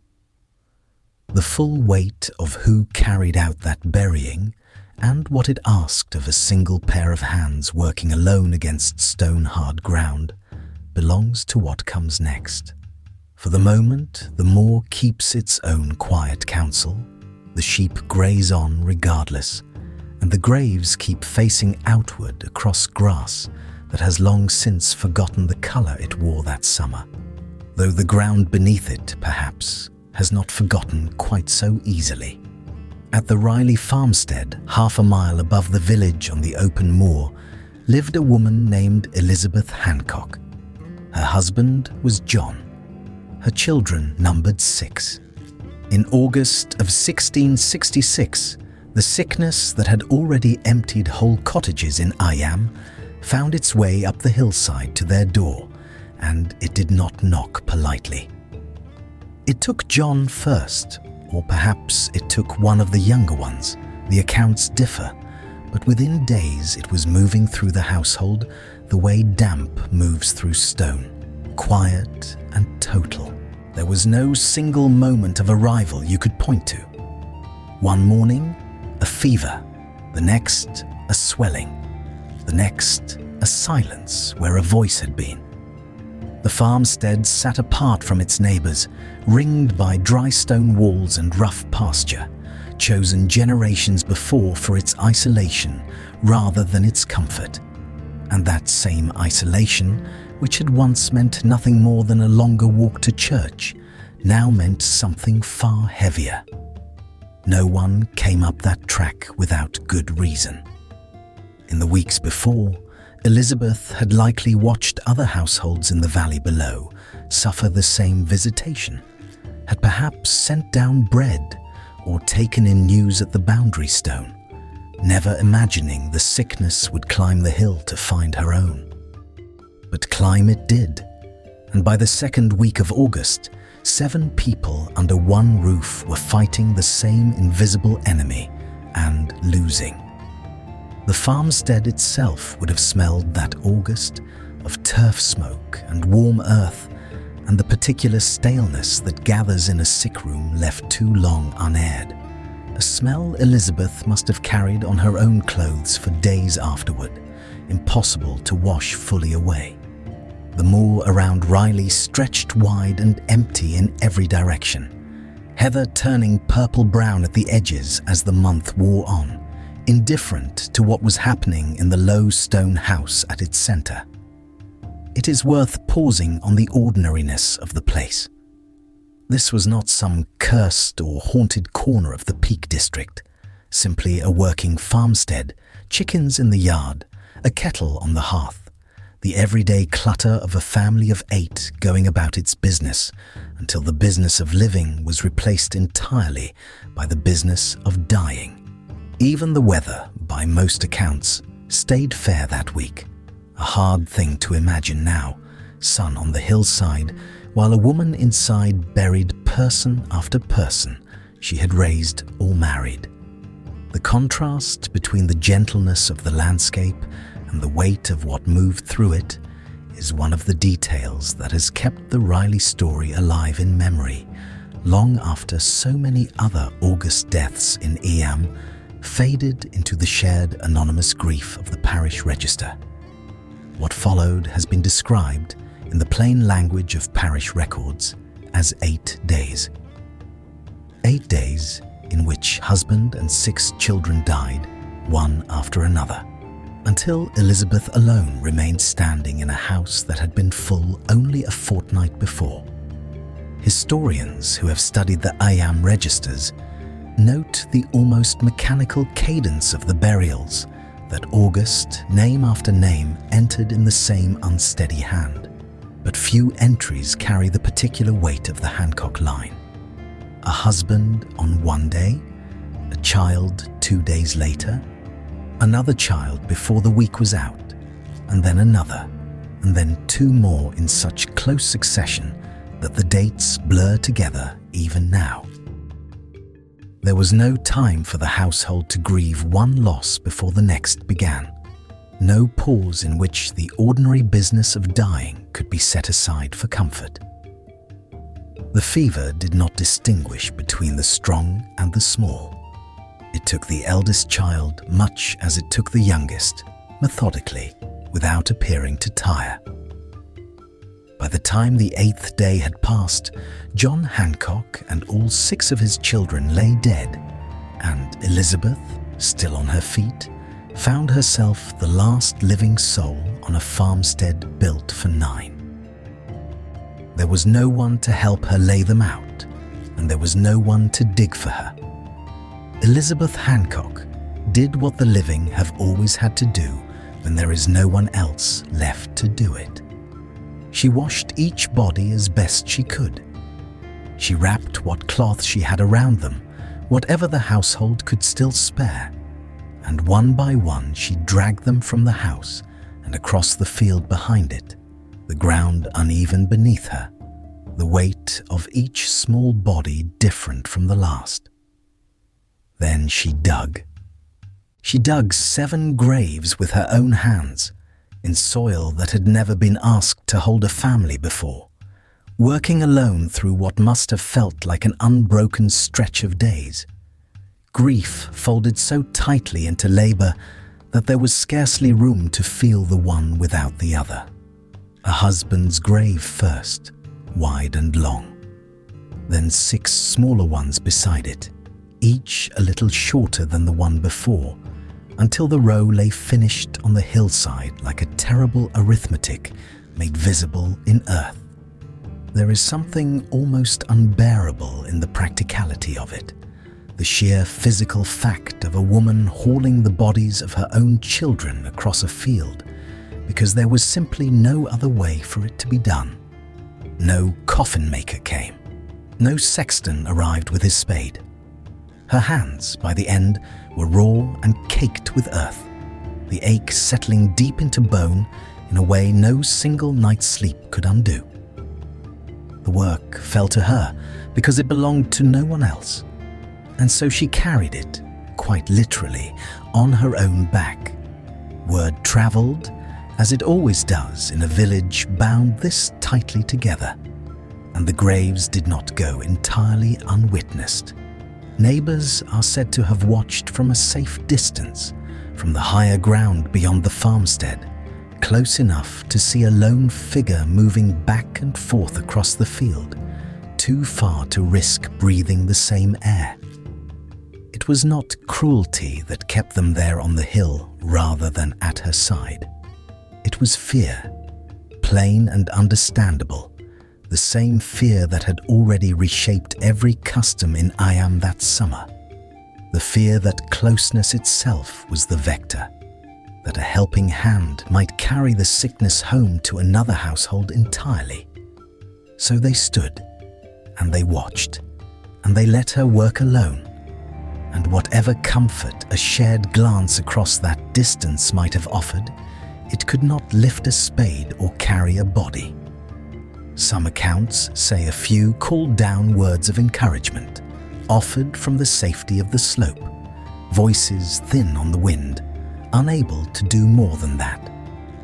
Whether Elizabeth heard them clearly, whether they reached her at all over the sound of her own digging, no record can say.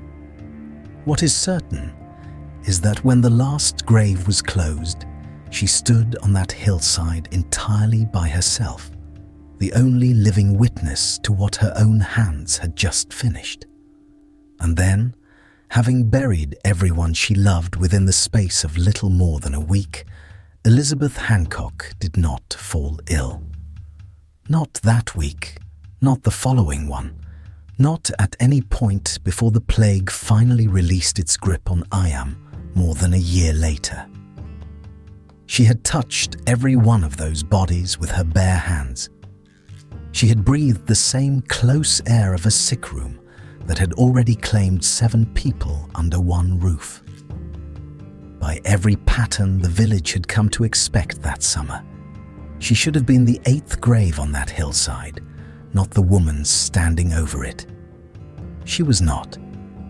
She went on living, alone on the farmstead where her family had died, for years afterward, an outcome that sits at odd angles with almost everything else the outbreak seemed to demonstrate about closeness and contagion. Historians examining the Eyam records centuries later have returned to Elizabeth Hancock again and again, not merely for the horror of what she endured, but for the quiet puzzle folded inside her survival. Exposure of that intensity, sustained over so many days, should have been enough. It was enough for so many others in the village who had far less direct contact with the dying. And yet, it was not enough for her. No one in 1666 had the means to explain it, and in truth, no one today can explain it with complete certainty either. It is tempting to reach for some ordinary reason, exhaustion dulling the memory of small symptoms, grief crowding out any record of a passing fever. But the plain fact remains that Elizabeth Hancock buried her entire family with her own hands and lived on afterward, untouched, in a village where touch itself had become a kind of sentence. Her story does not stand alone. Across Eyam that year, there were other households. The sickness seemed to pass over entirely. Other individuals who nursed the dying at close quarters and never once grew feverish themselves. Small islands of survival scattered through a landscape of loss with no visible pattern to explain why.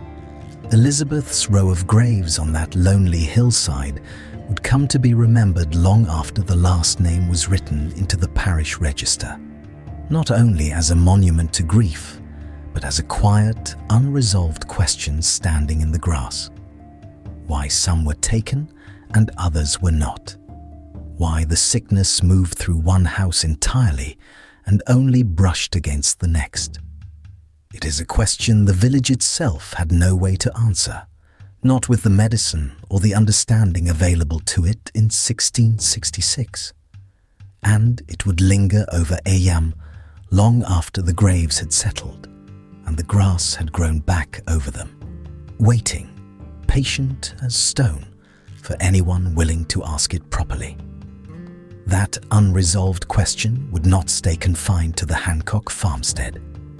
It belonged, in truth, to the whole village, a thread that ran quietly beneath everything Eyam endured that year, waiting to be picked up again as the outbreak wore on, and more households revealed the same strange unevenness in what the sickness chose to take and what it chose to leave standing. For now, on that hillside above the village, there was only a woman, 7 fresh graves, and a silence with no explanation attached to it, gentle as the moor around her, and just as unwilling to give up its answer. Not every household in Eyam gave up its dead, and that too is a piece of this story worth sitting with quietly. Walk the parish register with a careful eye, and you will find whole families listed from the first infection to the last, names crossed out one after another through the autumn and into a hard, close winter. But beside those columns of loss sit other names, entered nowhere near the burial pages. Families who lived under the same low roofs, drew water from the same wells, breathed the same close air thick with wood smoke and sickness, and simply did not fall. Think of a cottage on the eastern edge of the village, its hearth still warm every evening, its children still calling to one another across the lane, while, not far off, another door stood shut and silent for good. No rector wrote why one house was spared. No physician of the day could have told you why, not with the medicine available to him, not with the tools he carried in his worn leather bag. The plague, as the village experienced it, did not move like a fair judge weighing each household equally against the next. It moved like something choosing, though nobody living through it could say by what measure it chose, or what quiet logic, if any, lay beneath its path. A door with the sickness inside it might stand 3 paces from a door with none. The villagers passing between them on some dull grey morning had no way of knowing which threshold carried the greater danger, so they simply carried on. They fetched bread. They tended animals in byres that smelled of hay and damp stone.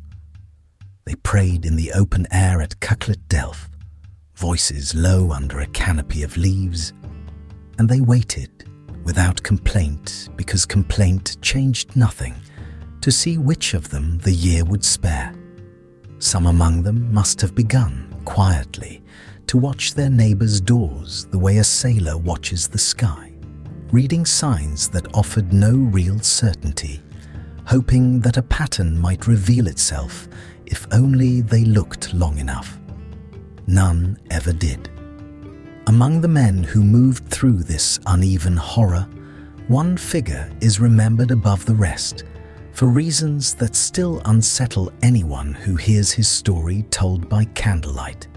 Marshal Howe served as the village's unofficial gravedigger through the worst months of the outbreak, and by the time it had run its course, he had buried scores of the dead with his own hands. He hauled bodies from cottages and lowered them into the ground almost alone, often at night, often more than once in a single day, working by lantern light, while the rest of the village slept fitfully behind shuttered windows. He is said to have lost his own wife and young son to the plague early in its course, a private grief carried alongside a public duty that never let him rest.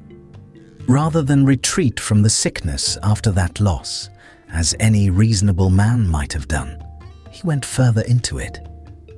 He took on burial work that others in the village were too frightened, or too weakened, or too grief-stricken themselves to perform, going from house to house with a rope and a shroud, asking little in return beyond what the dying could spare. Somewhere in the middle of that grim labour, handling infected linen and infected flesh with a regularity that should by any ordinary account have killed him many times over, Marshal Howe reportedly caught the disease himself. He kept working even then, it is said, carrying a body to its grave while the fever was still rising in him.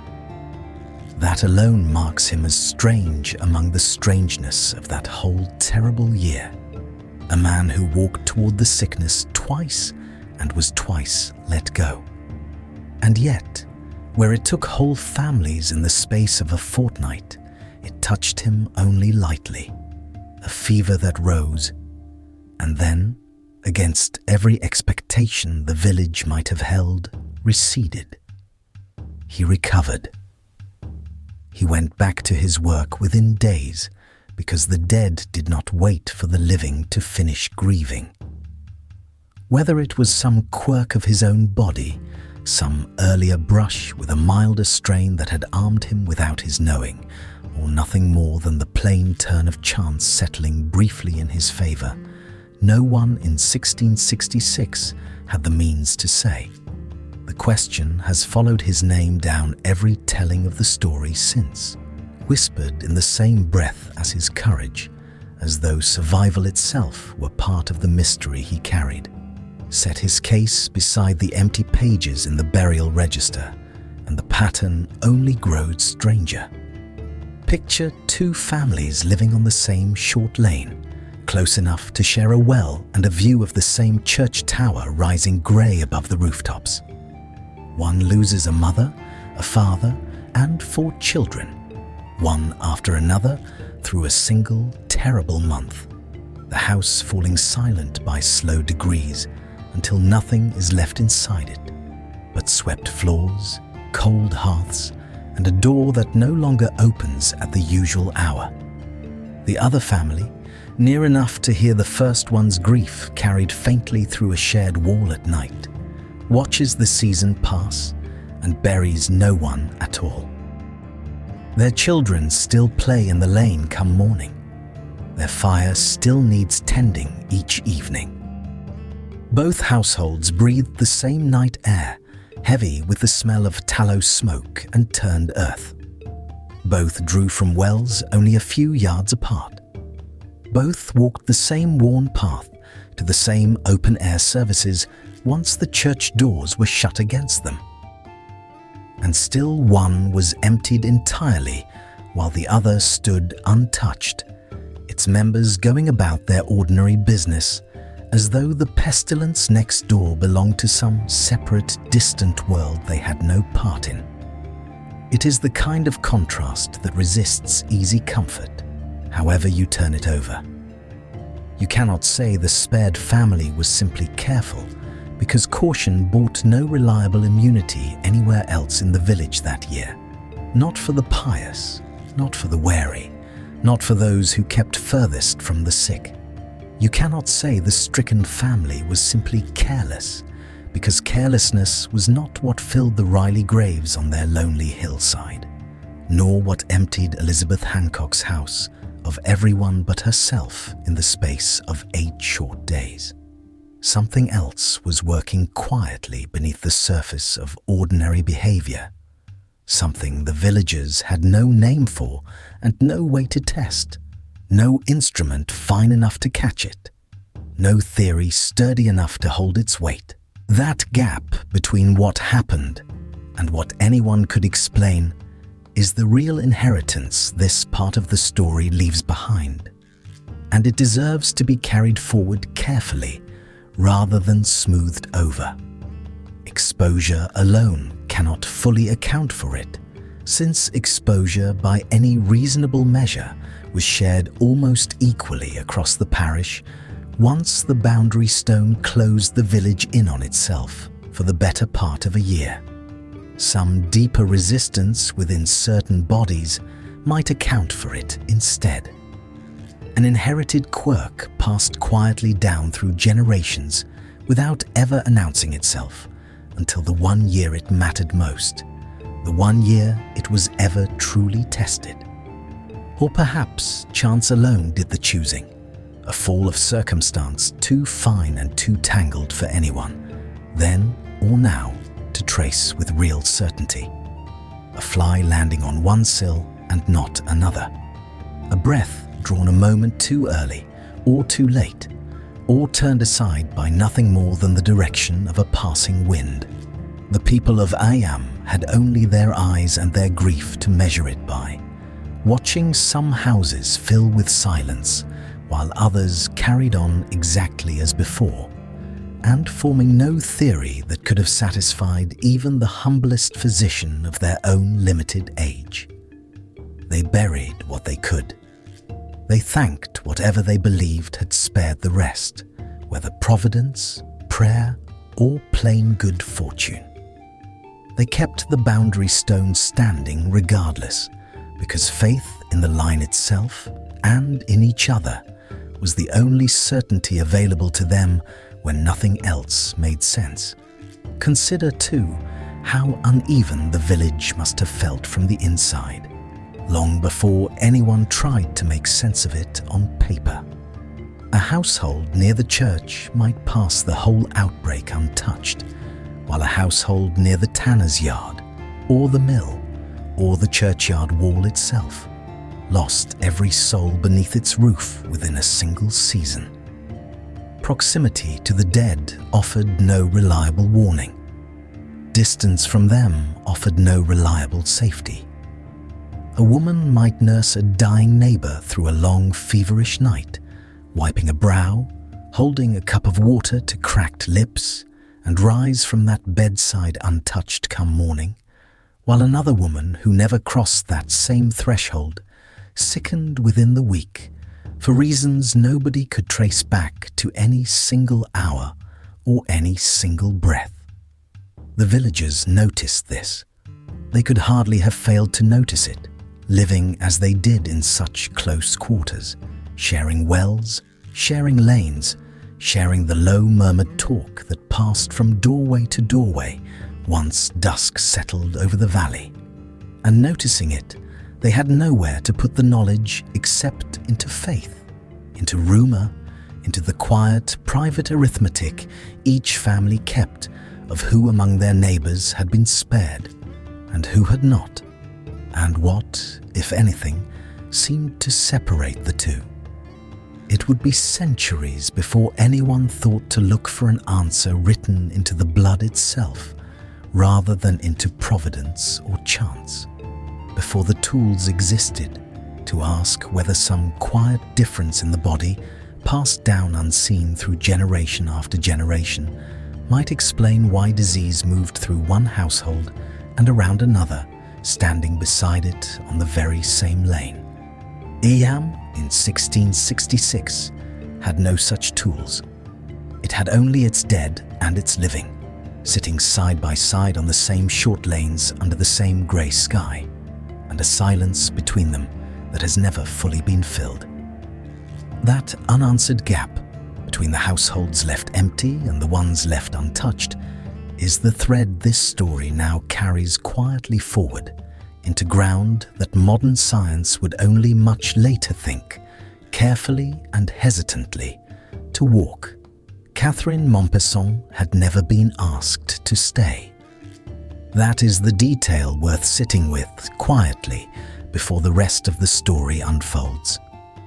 As the rector's wife, young and by most accounts gentle in her manner, she could have ridden out with the children in the early spring of 1666. She could have taken the road north before the boundary stone was ever chosen, before the village had even agreed to seal itself behind that ring of markers. She could have watched Eyam from a safe distance, the way so many gentry families watched it that year, through letters carried by careful hands, through rumour passed at dinner tables in Sheffield and Bakewell, through the comfortable remove of a county house far from any churchyard filling with new graves. She chose instead to remain at William's side through the long, close months of the quarantine, through the heat of that second summer, through the slow, terrible arithmetic of names added to the parish register week after week, a column of ink that grew heavier the longer she watched it. She nursed where she could, sitting beside beds in cottages that reeked of vinegar and fever sweat. She kept the rectory running when grief made even the smallest ordinary tasks feel impossible, when bread still had to be baked and linens still had to be washed in a house that had become, in effect, a small hospital for the dying. And she did this, it seems, without complaint. The historical record, thin as it often is on the inner lives of 17th century women, preserves no letter of hers begging to leave, no recorded moment of regret, no hint that she ever once asked William why they, of all the families with means to flee, should be the two who remained. By late August of 1666, the outbreak that had begun so many months earlier with a parcel of damp cloth sent to a tailor's cottage was, by every measure the village could take, beginning at last to loosen its grip. Fewer names each week in Mompesson's careful accounts. Fewer bells tolling across the valley in the grey hours of morning. Fewer fresh mounds in the churchyard and in the scattered family plots beyond it. It was into this fragile, cautious hope, a hope no one inside the boundary yet trusted enough to speak aloud, that the sickness reached quietly and without warning for Catherine herself. She had, in the days before she fell ill, reportedly remarked on a strange sweetness in the air around the rectory, a smell she could not place and did not like. A smell that lingered near the open window one evening and was gone by morning, leaving her uneasy in a way she could not fully explain to anyone who asked. She seemed to understand it, with the plain, unhurried dread of someone who had watched half the village buried by then as an omen. A sign, perhaps, that the sickness had at last found its way past the rectory door and into her own body, the way it had found its way into so many other households she had comforted that year. Whether the smell was real, some faint trace of decay carried on a warm wind, or whether it was the fever's first quiet signature announcing itself before the body knew to call it illness, no one can now say with certainty. But she named it. She spoke it aloud to someone, and that small, unremarkable sentence survived long enough to be written down. Days later, she was ill, and the illness did to her precisely what it had already done to hundreds before her that year, moving through her with the same patient, indifferent thoroughness.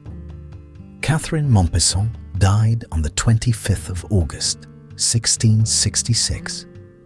She was one of the outbreak's last significant victims, dying almost at the very edge of the containment she had helped hold together, simply by choosing, month after month, not to leave.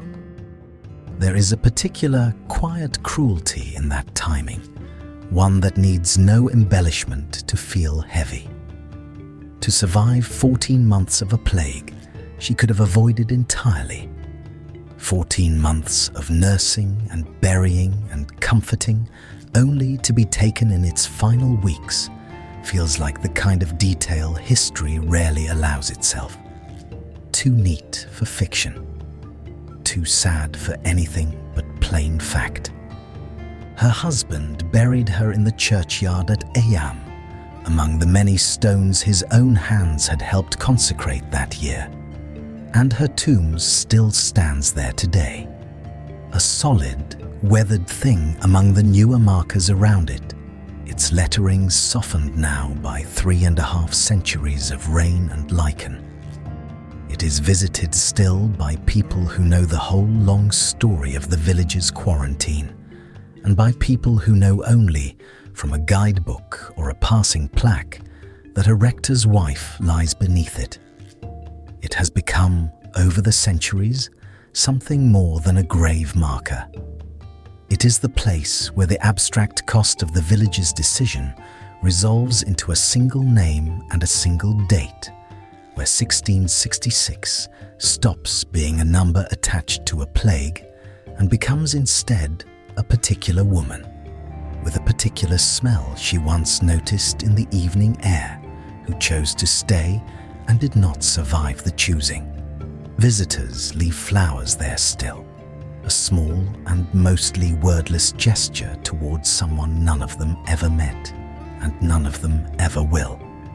What survives of William Mompesson's own writing from this period reads with a kind of restrained devastation, the sort that comes through more in what is left unsaid than in what is written plainly.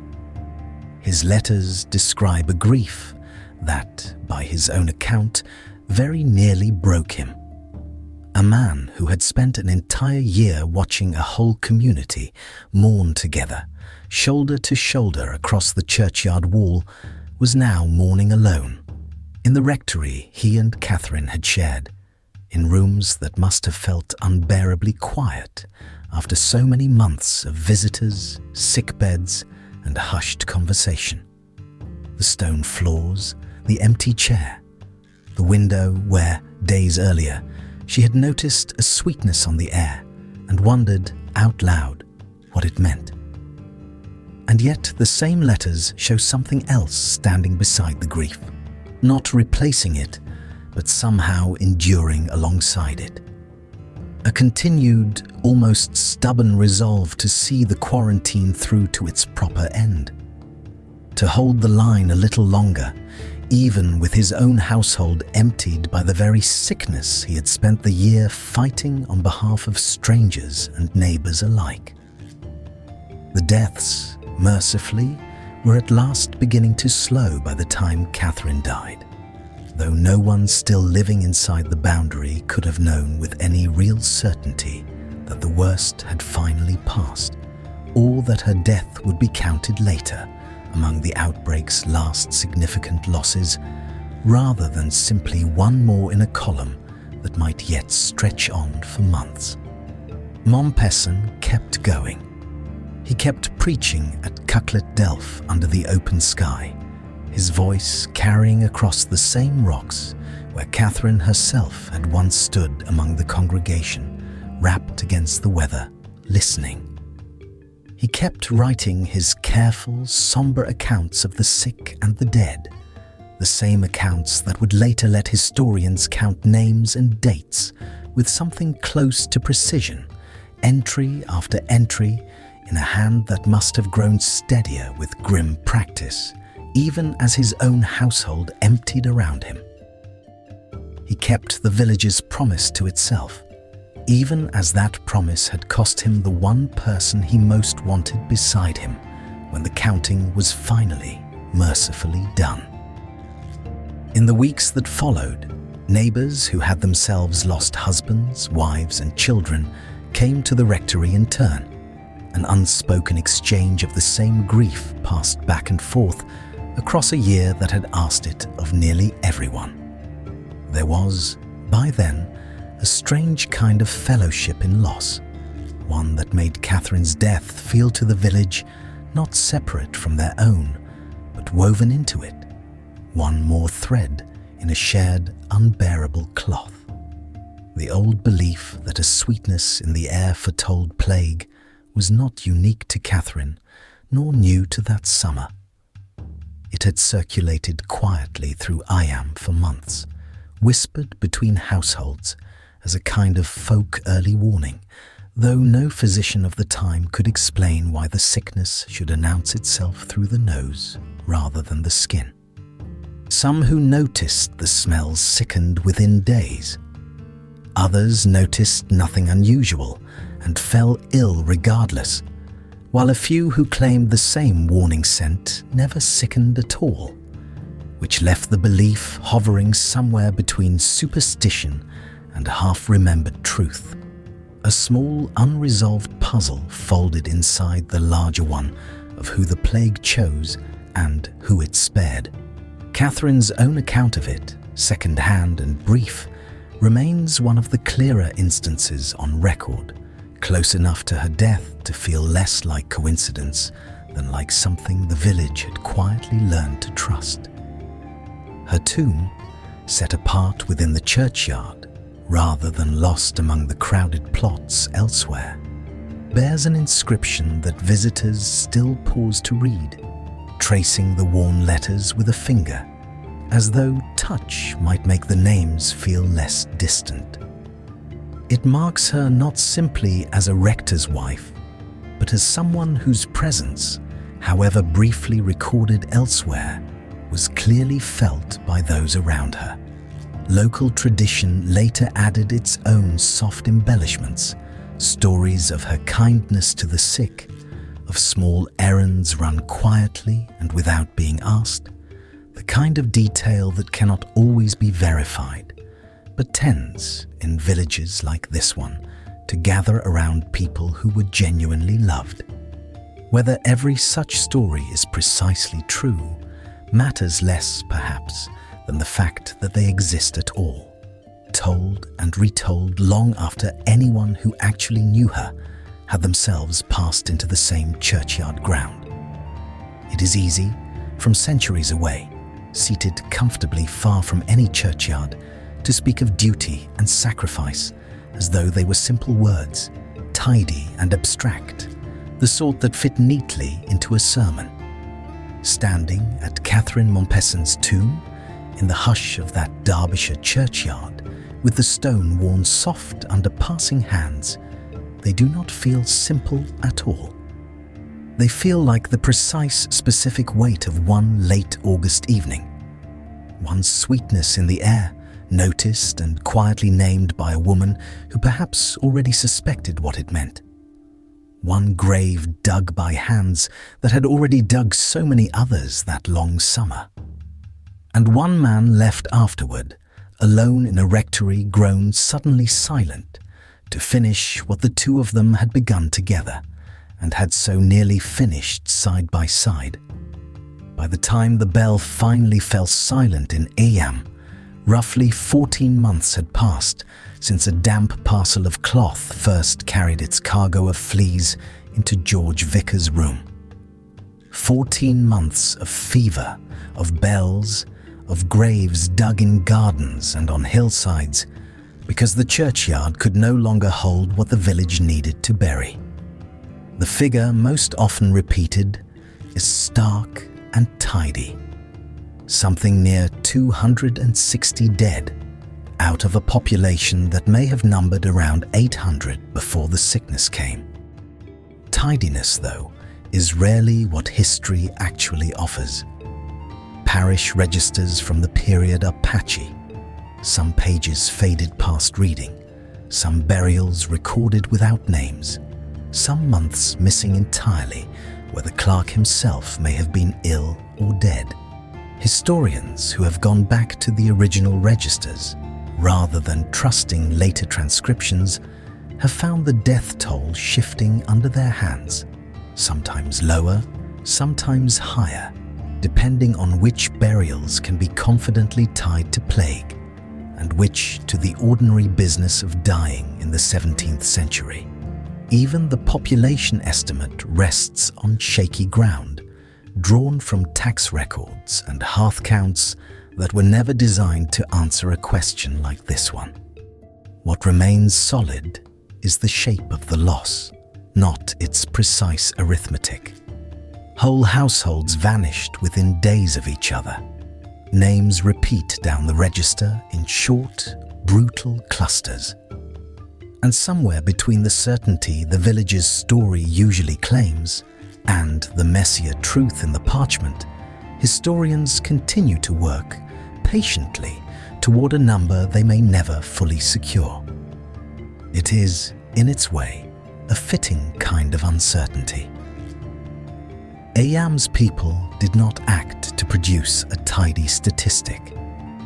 They acted to contain a horror they could not yet name, and the record they left behind carries the same rough edges as the decision itself, incomplete in places, heartbreakingly precise in others, and never quite finished being read. Some historians place the total closer to 200, others closer to 300. And the gap is not carelessness, but honesty about what survives. A burial recorded simply as a stranger tells us almost nothing beyond the fact of a grave. A month with no entries might mean no deaths, or it might mean no one left able to write them down. What the record offers instead of certainty is texture. Names clustered by household, surnames repeating like a low toll of their own, a rhythm of loss visible even where the exact count is not. Reading it closely feels less like arithmetic and more like listening to something fading in and out of hearing, present enough to trust, precise enough to argue over, and human enough in its gaps to remind you that every number here once had a face. The story might have ended there, a grim tally in a damp register, were it not for what modern genetics found waiting in the blood of the living. In the decades since the human genome became something scientists could actually read, researchers turned their attention to villages like Eyam, places where an isolated population endured a documented catastrophic epidemic and yet did not vanish entirely. Descendants of Eyam survivors were traced, studied, their DNA compared against wider British populations. What some of that research pointed toward was a mutation with an unglamorous name, CCR5 delta 32. The gene in question shapes a receptor found on certain immune cells, a kind of doorway some pathogens use to enter and take hold. A person carrying the altered version, some scientists have theorized, may present a narrower doorway, harder for certain infections to exploit. The mutation had already drawn attention for its apparent link to resistance against other diseases entirely. And researchers wondered whether something similar might explain why some Eyam households, sealed inside the same boundary, breathing the same mist off the same stone walls, seemed to weather the plague better than their neighbours. It is a quietly extraordinary thought that a fragment of code passed down through blood might explain why one family carried its dead to the garden, while another, a few doors along, carried almost none. The idea reached beyond academic journals into something like folklore of its own, a modern mystery grafted onto an old one. A village once defined by a boundary stone, now studied for a boundary written into its people's own cells.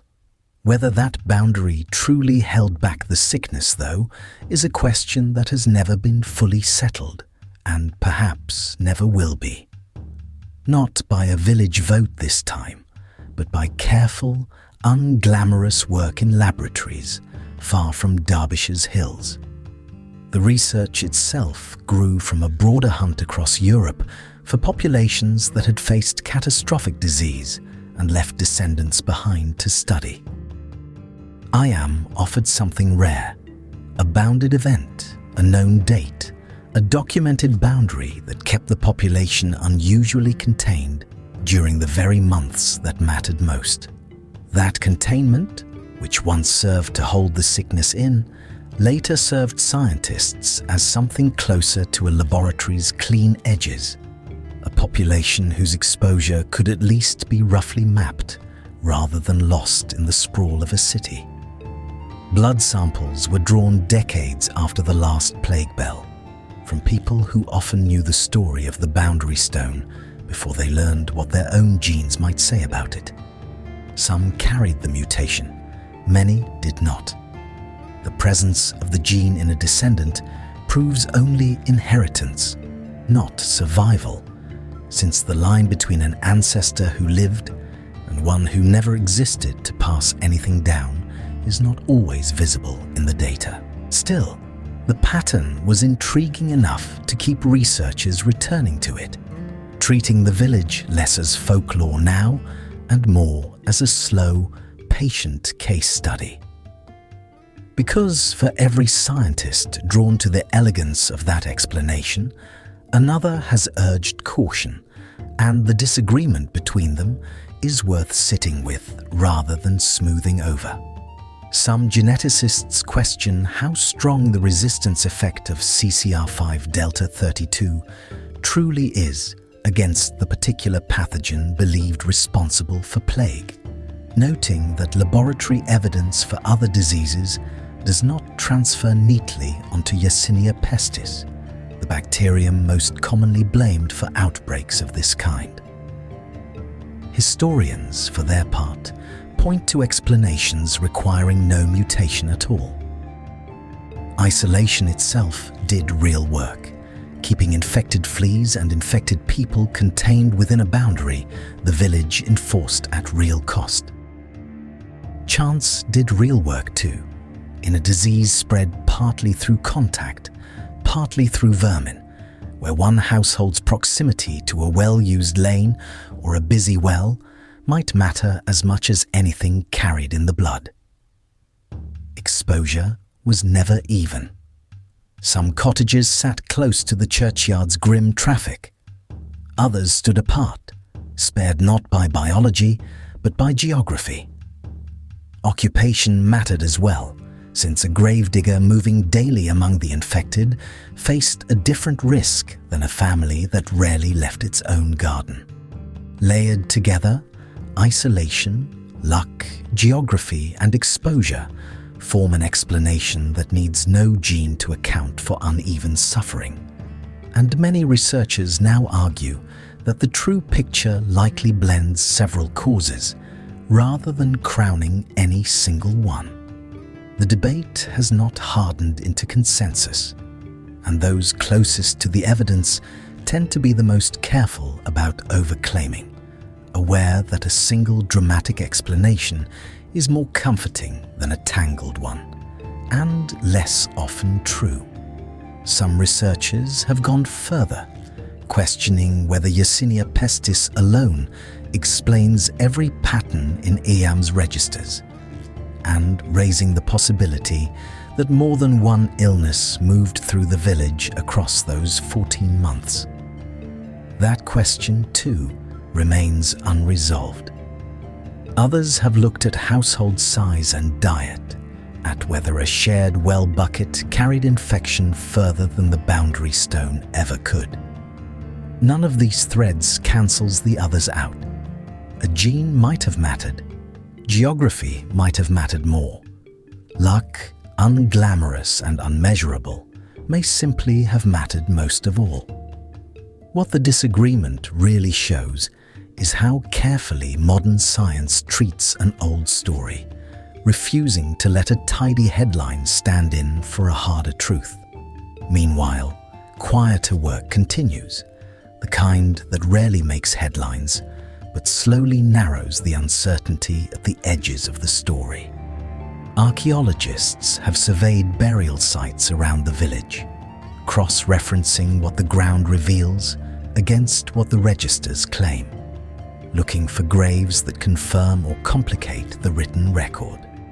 Local historians comb through wills, tithe records, and later censuses, tracing family lines forward from 1666 to see which households actually persisted and which quietly disappeared from the record within a generation or two. Genealogists working with descendants have contributed samples for study, adding names and family trees to a dataset that grows only slowly, one willing participant at a time. None of this work moves quickly. Registers must be read letter by letter under magnification. DNA samples must be matched against genealogies that are themselves uncertain, built from records as patchy as the plague registers they aim to illuminate. Even so, each small correction narrows the range of what can honestly be claimed, trimming a death toll here, confirming a family's survival there, building a picture with sharper edges than the folklore alone ever offered. It is unglamorous, unhurried labour, closer in spirit to the patient counting of a parish clerk than to any dramatic discovery. And it may be years yet before the mortality figures settle into anything resembling certainty. Ground-penetrating surveys near the churchyard have hinted at burials never formally recorded, graves without names, without dates, without any entry in the register at all. Each one, once confirmed, nudges the death toll a little further from folklore and a little closer to fact. Parish boundary disputes from later centuries have proven unexpectedly useful too, since land arguments often forced clerks to list who had lived where and when, offering a kind of accidental census decades after the plague itself. Family Bibles, passed down through generations, sometimes hold notes no official register ever captured. A mother's hand recording a child's death in the margin of scripture. None of it arrives quickly. Funding is thin. Volunteers do much of the transcription, page by page, name by name. But the work continues, unhurried and largely unseen, the way most real history is actually made, far from any dramatic reveal, closer to candlelight than to headline. So the genetic question stays open, neither confirmed nor dismissed, a thread the village itself never got to follow.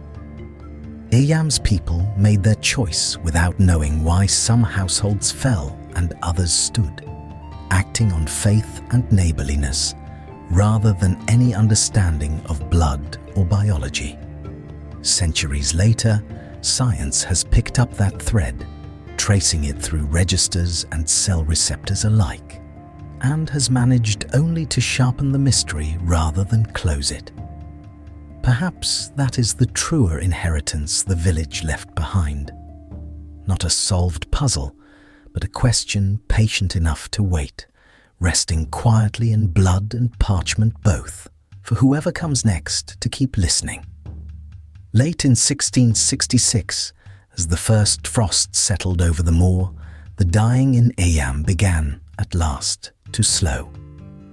The parish register, which had filled for so long with names and dates, entry after entry, month after month, began to leave longer gaps between them. Weeks passed, then a whole month passed, and the sexton's spade stayed leaning against the churchyard wall, unused. No one could say the exact week it ended. There was no bell rung, no announcement made from the church door, no gathering to mark the moment the last coffin was lowered. It simply grew quieter, the way a storm grows quieter, not all at once, but in a long, uneven fading, until one autumn burial proved to be among the last, and the sexton, digging a grave that had by then become terribly familiar work, did not know it was nearly over. He only knew that the ground was cold, and that his arms were tired, and that another name had to be entered into the register before nightfall. 14 months, the sickness had run through the village, from the tailor's damp parcel in September of 1665 to this final tapering in the autumn of 1666. By the time it lifted, some 260 villagers were dead, out of a population that may have numbered fewer than 800 souls. Whole households had vanished from the parish rolls entirely, their cottages left standing empty, their gardens gone to weed. Others, as earlier sections have shown, had somehow gone untouched, their good fortune as unexplained then as it remains today. The survivors who stayed did not celebrate. There was no feast, no bonfire, nothing that resembled relief in any form a modern eye would recognize. They buried their dead, mended what could be mended, counted what livestock and tools had survived alongside them, and returned, slowly, to lives that would never again look quite the way they had before the parcel arrived from London. Some families found their houses too full of memory to bear and left the village within a year or two. Most stayed because the fields still needed tending and the sheep still needed grazing. And grief, however deep, does not excuse a farmer from spring planting. The winter that followed was hard in ways that had nothing to do with sickness, thin harvests and thinner households, working land that had, for over a year, been left half-tended by families, too afraid or too grieving to work it properly. Neighbours who had passed food and coin across the boundary stone now had to relearn ordinary trade, ordinary visits, ordinary conversation at the market cross, habits that 14 months of fear had worn away almost entirely. What the village had done, in choosing to seal its own boundary that June, was buy safety for everyone beyond it, though few beyond it would ever fully grasp the price that had been paid on their behalf. The towns and villages ringing Eyam, places like Sheffield to the north, and the market towns strung along the Derwent had watched the plague arrive elsewhere in England with dread, half expecting it to spread outward from any village it touched, the way it had spread through the crowded lanes of London itself, house to house, parish to parish, with no boundary anywhere to stop it. It did not spread outward from Eyam. The line held through a whole summer and into an autumn, and the surrounding parishes, for reasons their own residents likely never troubled themselves to ask about, simply did not fall ill in the numbers the rest of the country had feared. Chatsworth, whose household had sent food and medicine across that same boundary all through the crisis, was spared entirely, its grand rooms untouched by the sickness it had helped to contain. So were the smaller hamlets scattered across the White Peak, places whose names appear nowhere in the plague's own grim ledger, whose parish registers from that year show nothing unusual at all. No cluster of burials, no gap where a family should have been. Historians have long treated this as the clearest proof of what the quarantine achieved, even if the village itself could not have measured it at the time, could not have known, as they buried their own, that their suffering was in some sense a gift to people they would never meet. No one in Eyam saw the villages they saved. They only saw their own dead, their own emptied houses, their own long wait for an ending that came without ceremony. The evidence sits instead in absence, in outbreaks that never began, in registers elsewhere that stayed thin through a year when they might easily have swollen with names. Modern historians working backward from parish records across Derbyshire have found nothing to contradict the old account. Whatever else remains uncertain about Eyam, this much appears solid. A quarantine held by ordinary villagers with no soldiers to enforce it and no law beyond their own word, appears to have done exactly what it was meant to do. William Mompesson stayed on at Eyam for several years after the plague had passed, tending a congregation that had lost so much of itself, so many familiar faces gone from the pews, before he left in 1669 for a rectory in Nottinghamshire, a departure that some accounts suggest he welcomed, and others suggest he found difficult, torn between a place thick with grief and a duty he still felt toward it. He carried with him, wherever he went, the memory of a wife buried on the hillside above the village, close to the well that would one day carry her husband's name, and a story that few beyond Derbyshire yet fully understood. It was his correspondence, written across those plague months to his patron and to family members far from the danger, that would become the fullest surviving record of what Eyam endured. In careful, often anguished prose, he described the boundary stone, the empty streets, the funerals conducted without the usual rites, the fear that pressed on every decision the village made, week after week, as the death toll climbed. He wrote of nights spent alone with his grief, of mornings that brought fresh losses before the previous days had even been mourned properly. Those letters, preserved and later published, remain the closest thing historians have to a voice from inside the quarantine itself, more intimate than any parish register, more revealing than any burial count, carrying a weight that numbers alone could never carry.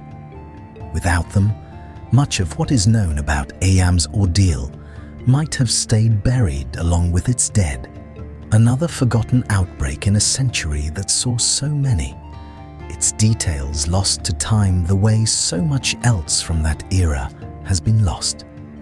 Mompesson never remarried. He is said to have spoken of Eyam rarely in his later years, though whether from grief or from a wish to leave the past undisturbed, no one now can say with any certainty. His letters, in the end, said what he perhaps could not say aloud, and it is through them that his wife, his parish, and his own quiet courage are remembered at all. Eyam today looks, at first glance, like any other village tucked into the Peak District. Stone cottages along a narrow high street, sheep grazing the fields beyond, walkers passing through on their way to somewhere else, unaware of what lies beneath the ordinary surface of the place. Look closer, and the plague is everywhere, quietly folded into the landscape rather than displayed for spectacle. The Riley graves still stand in their lonely field, the low wall around them kept in good repair by those who tend such places, the 7 names still legible on their weathered stones. Mompesson's well still sits at the village edge, dry now, its basin visible to anyone who walks the path toward it. A plaque nearby explaining briefly what it once meant to a frightened household. The vinegar holes at the boundary stone have been worn smoother by centuries of curious hands than they ever were by plague-era coins, though the stone itself has not moved an inch in 3.5 centuries. The church holds its own quiet memorials, plaques and registers open for those who wish to read the names. And a small museum nearby tells the fuller story for visitors who want it. None of it is dramatic. There are no reconstructions, no actors in costume, nothing that turns the story into performance for the sake of a crowd. The village seems to have decided, collectively, and perhaps without ever saying so aloud, that the story speaks for itself, and that dignity matters more than spectacle when the dead in question are your own ancestors, buried in gardens and fields, because there was no one left with strength enough to carry them further into consecrated ground. Visitors come now from all over, some drawn by the history alone, others by something harder to name, a wish to stand where such courage was once quietly, unglamorously made real. The village welcomes them without fuss, offering the stone, the well, the graves, and little else, trusting the story to carry its own weight as it has for 360 years. And so, the story returns, as it must, to the boundary stone where it began, the same worn block of gritstone standing at the edge of the parish, its shallow holes still visible beneath centuries of rain and passing hands. At the start, it was only a mystery, a strange marker whose purpose was not yet explained, a line drawn for reasons unknown, a puzzle offered without an answer. Now its meaning sits plainly in the stone itself, needing no further explanation at all. Here is where a village chose to stop the world from entering and stop itself from leaving, so that a sickness carried in a bolt of damp cloth might end its journey on this one hillside, instead of finding its way to every farm and market town beyond. No monument was needed to make that choice remarkable, and none was ever built. The stone was already there, doing its quiet work, holding a boundary that no one in Eyam crossed, and asking nothing of anyone who visits now except to stand for a moment, read the shallow holes with their fingers if they wish, and remember what an ordinary village once managed to do, alone, with no one watching, no promise of thanks. Let that thought settle now, the way mist settles over the moor at the end of a long day, quiet, unhurried, and entirely its own, as this telling comes gently to its close.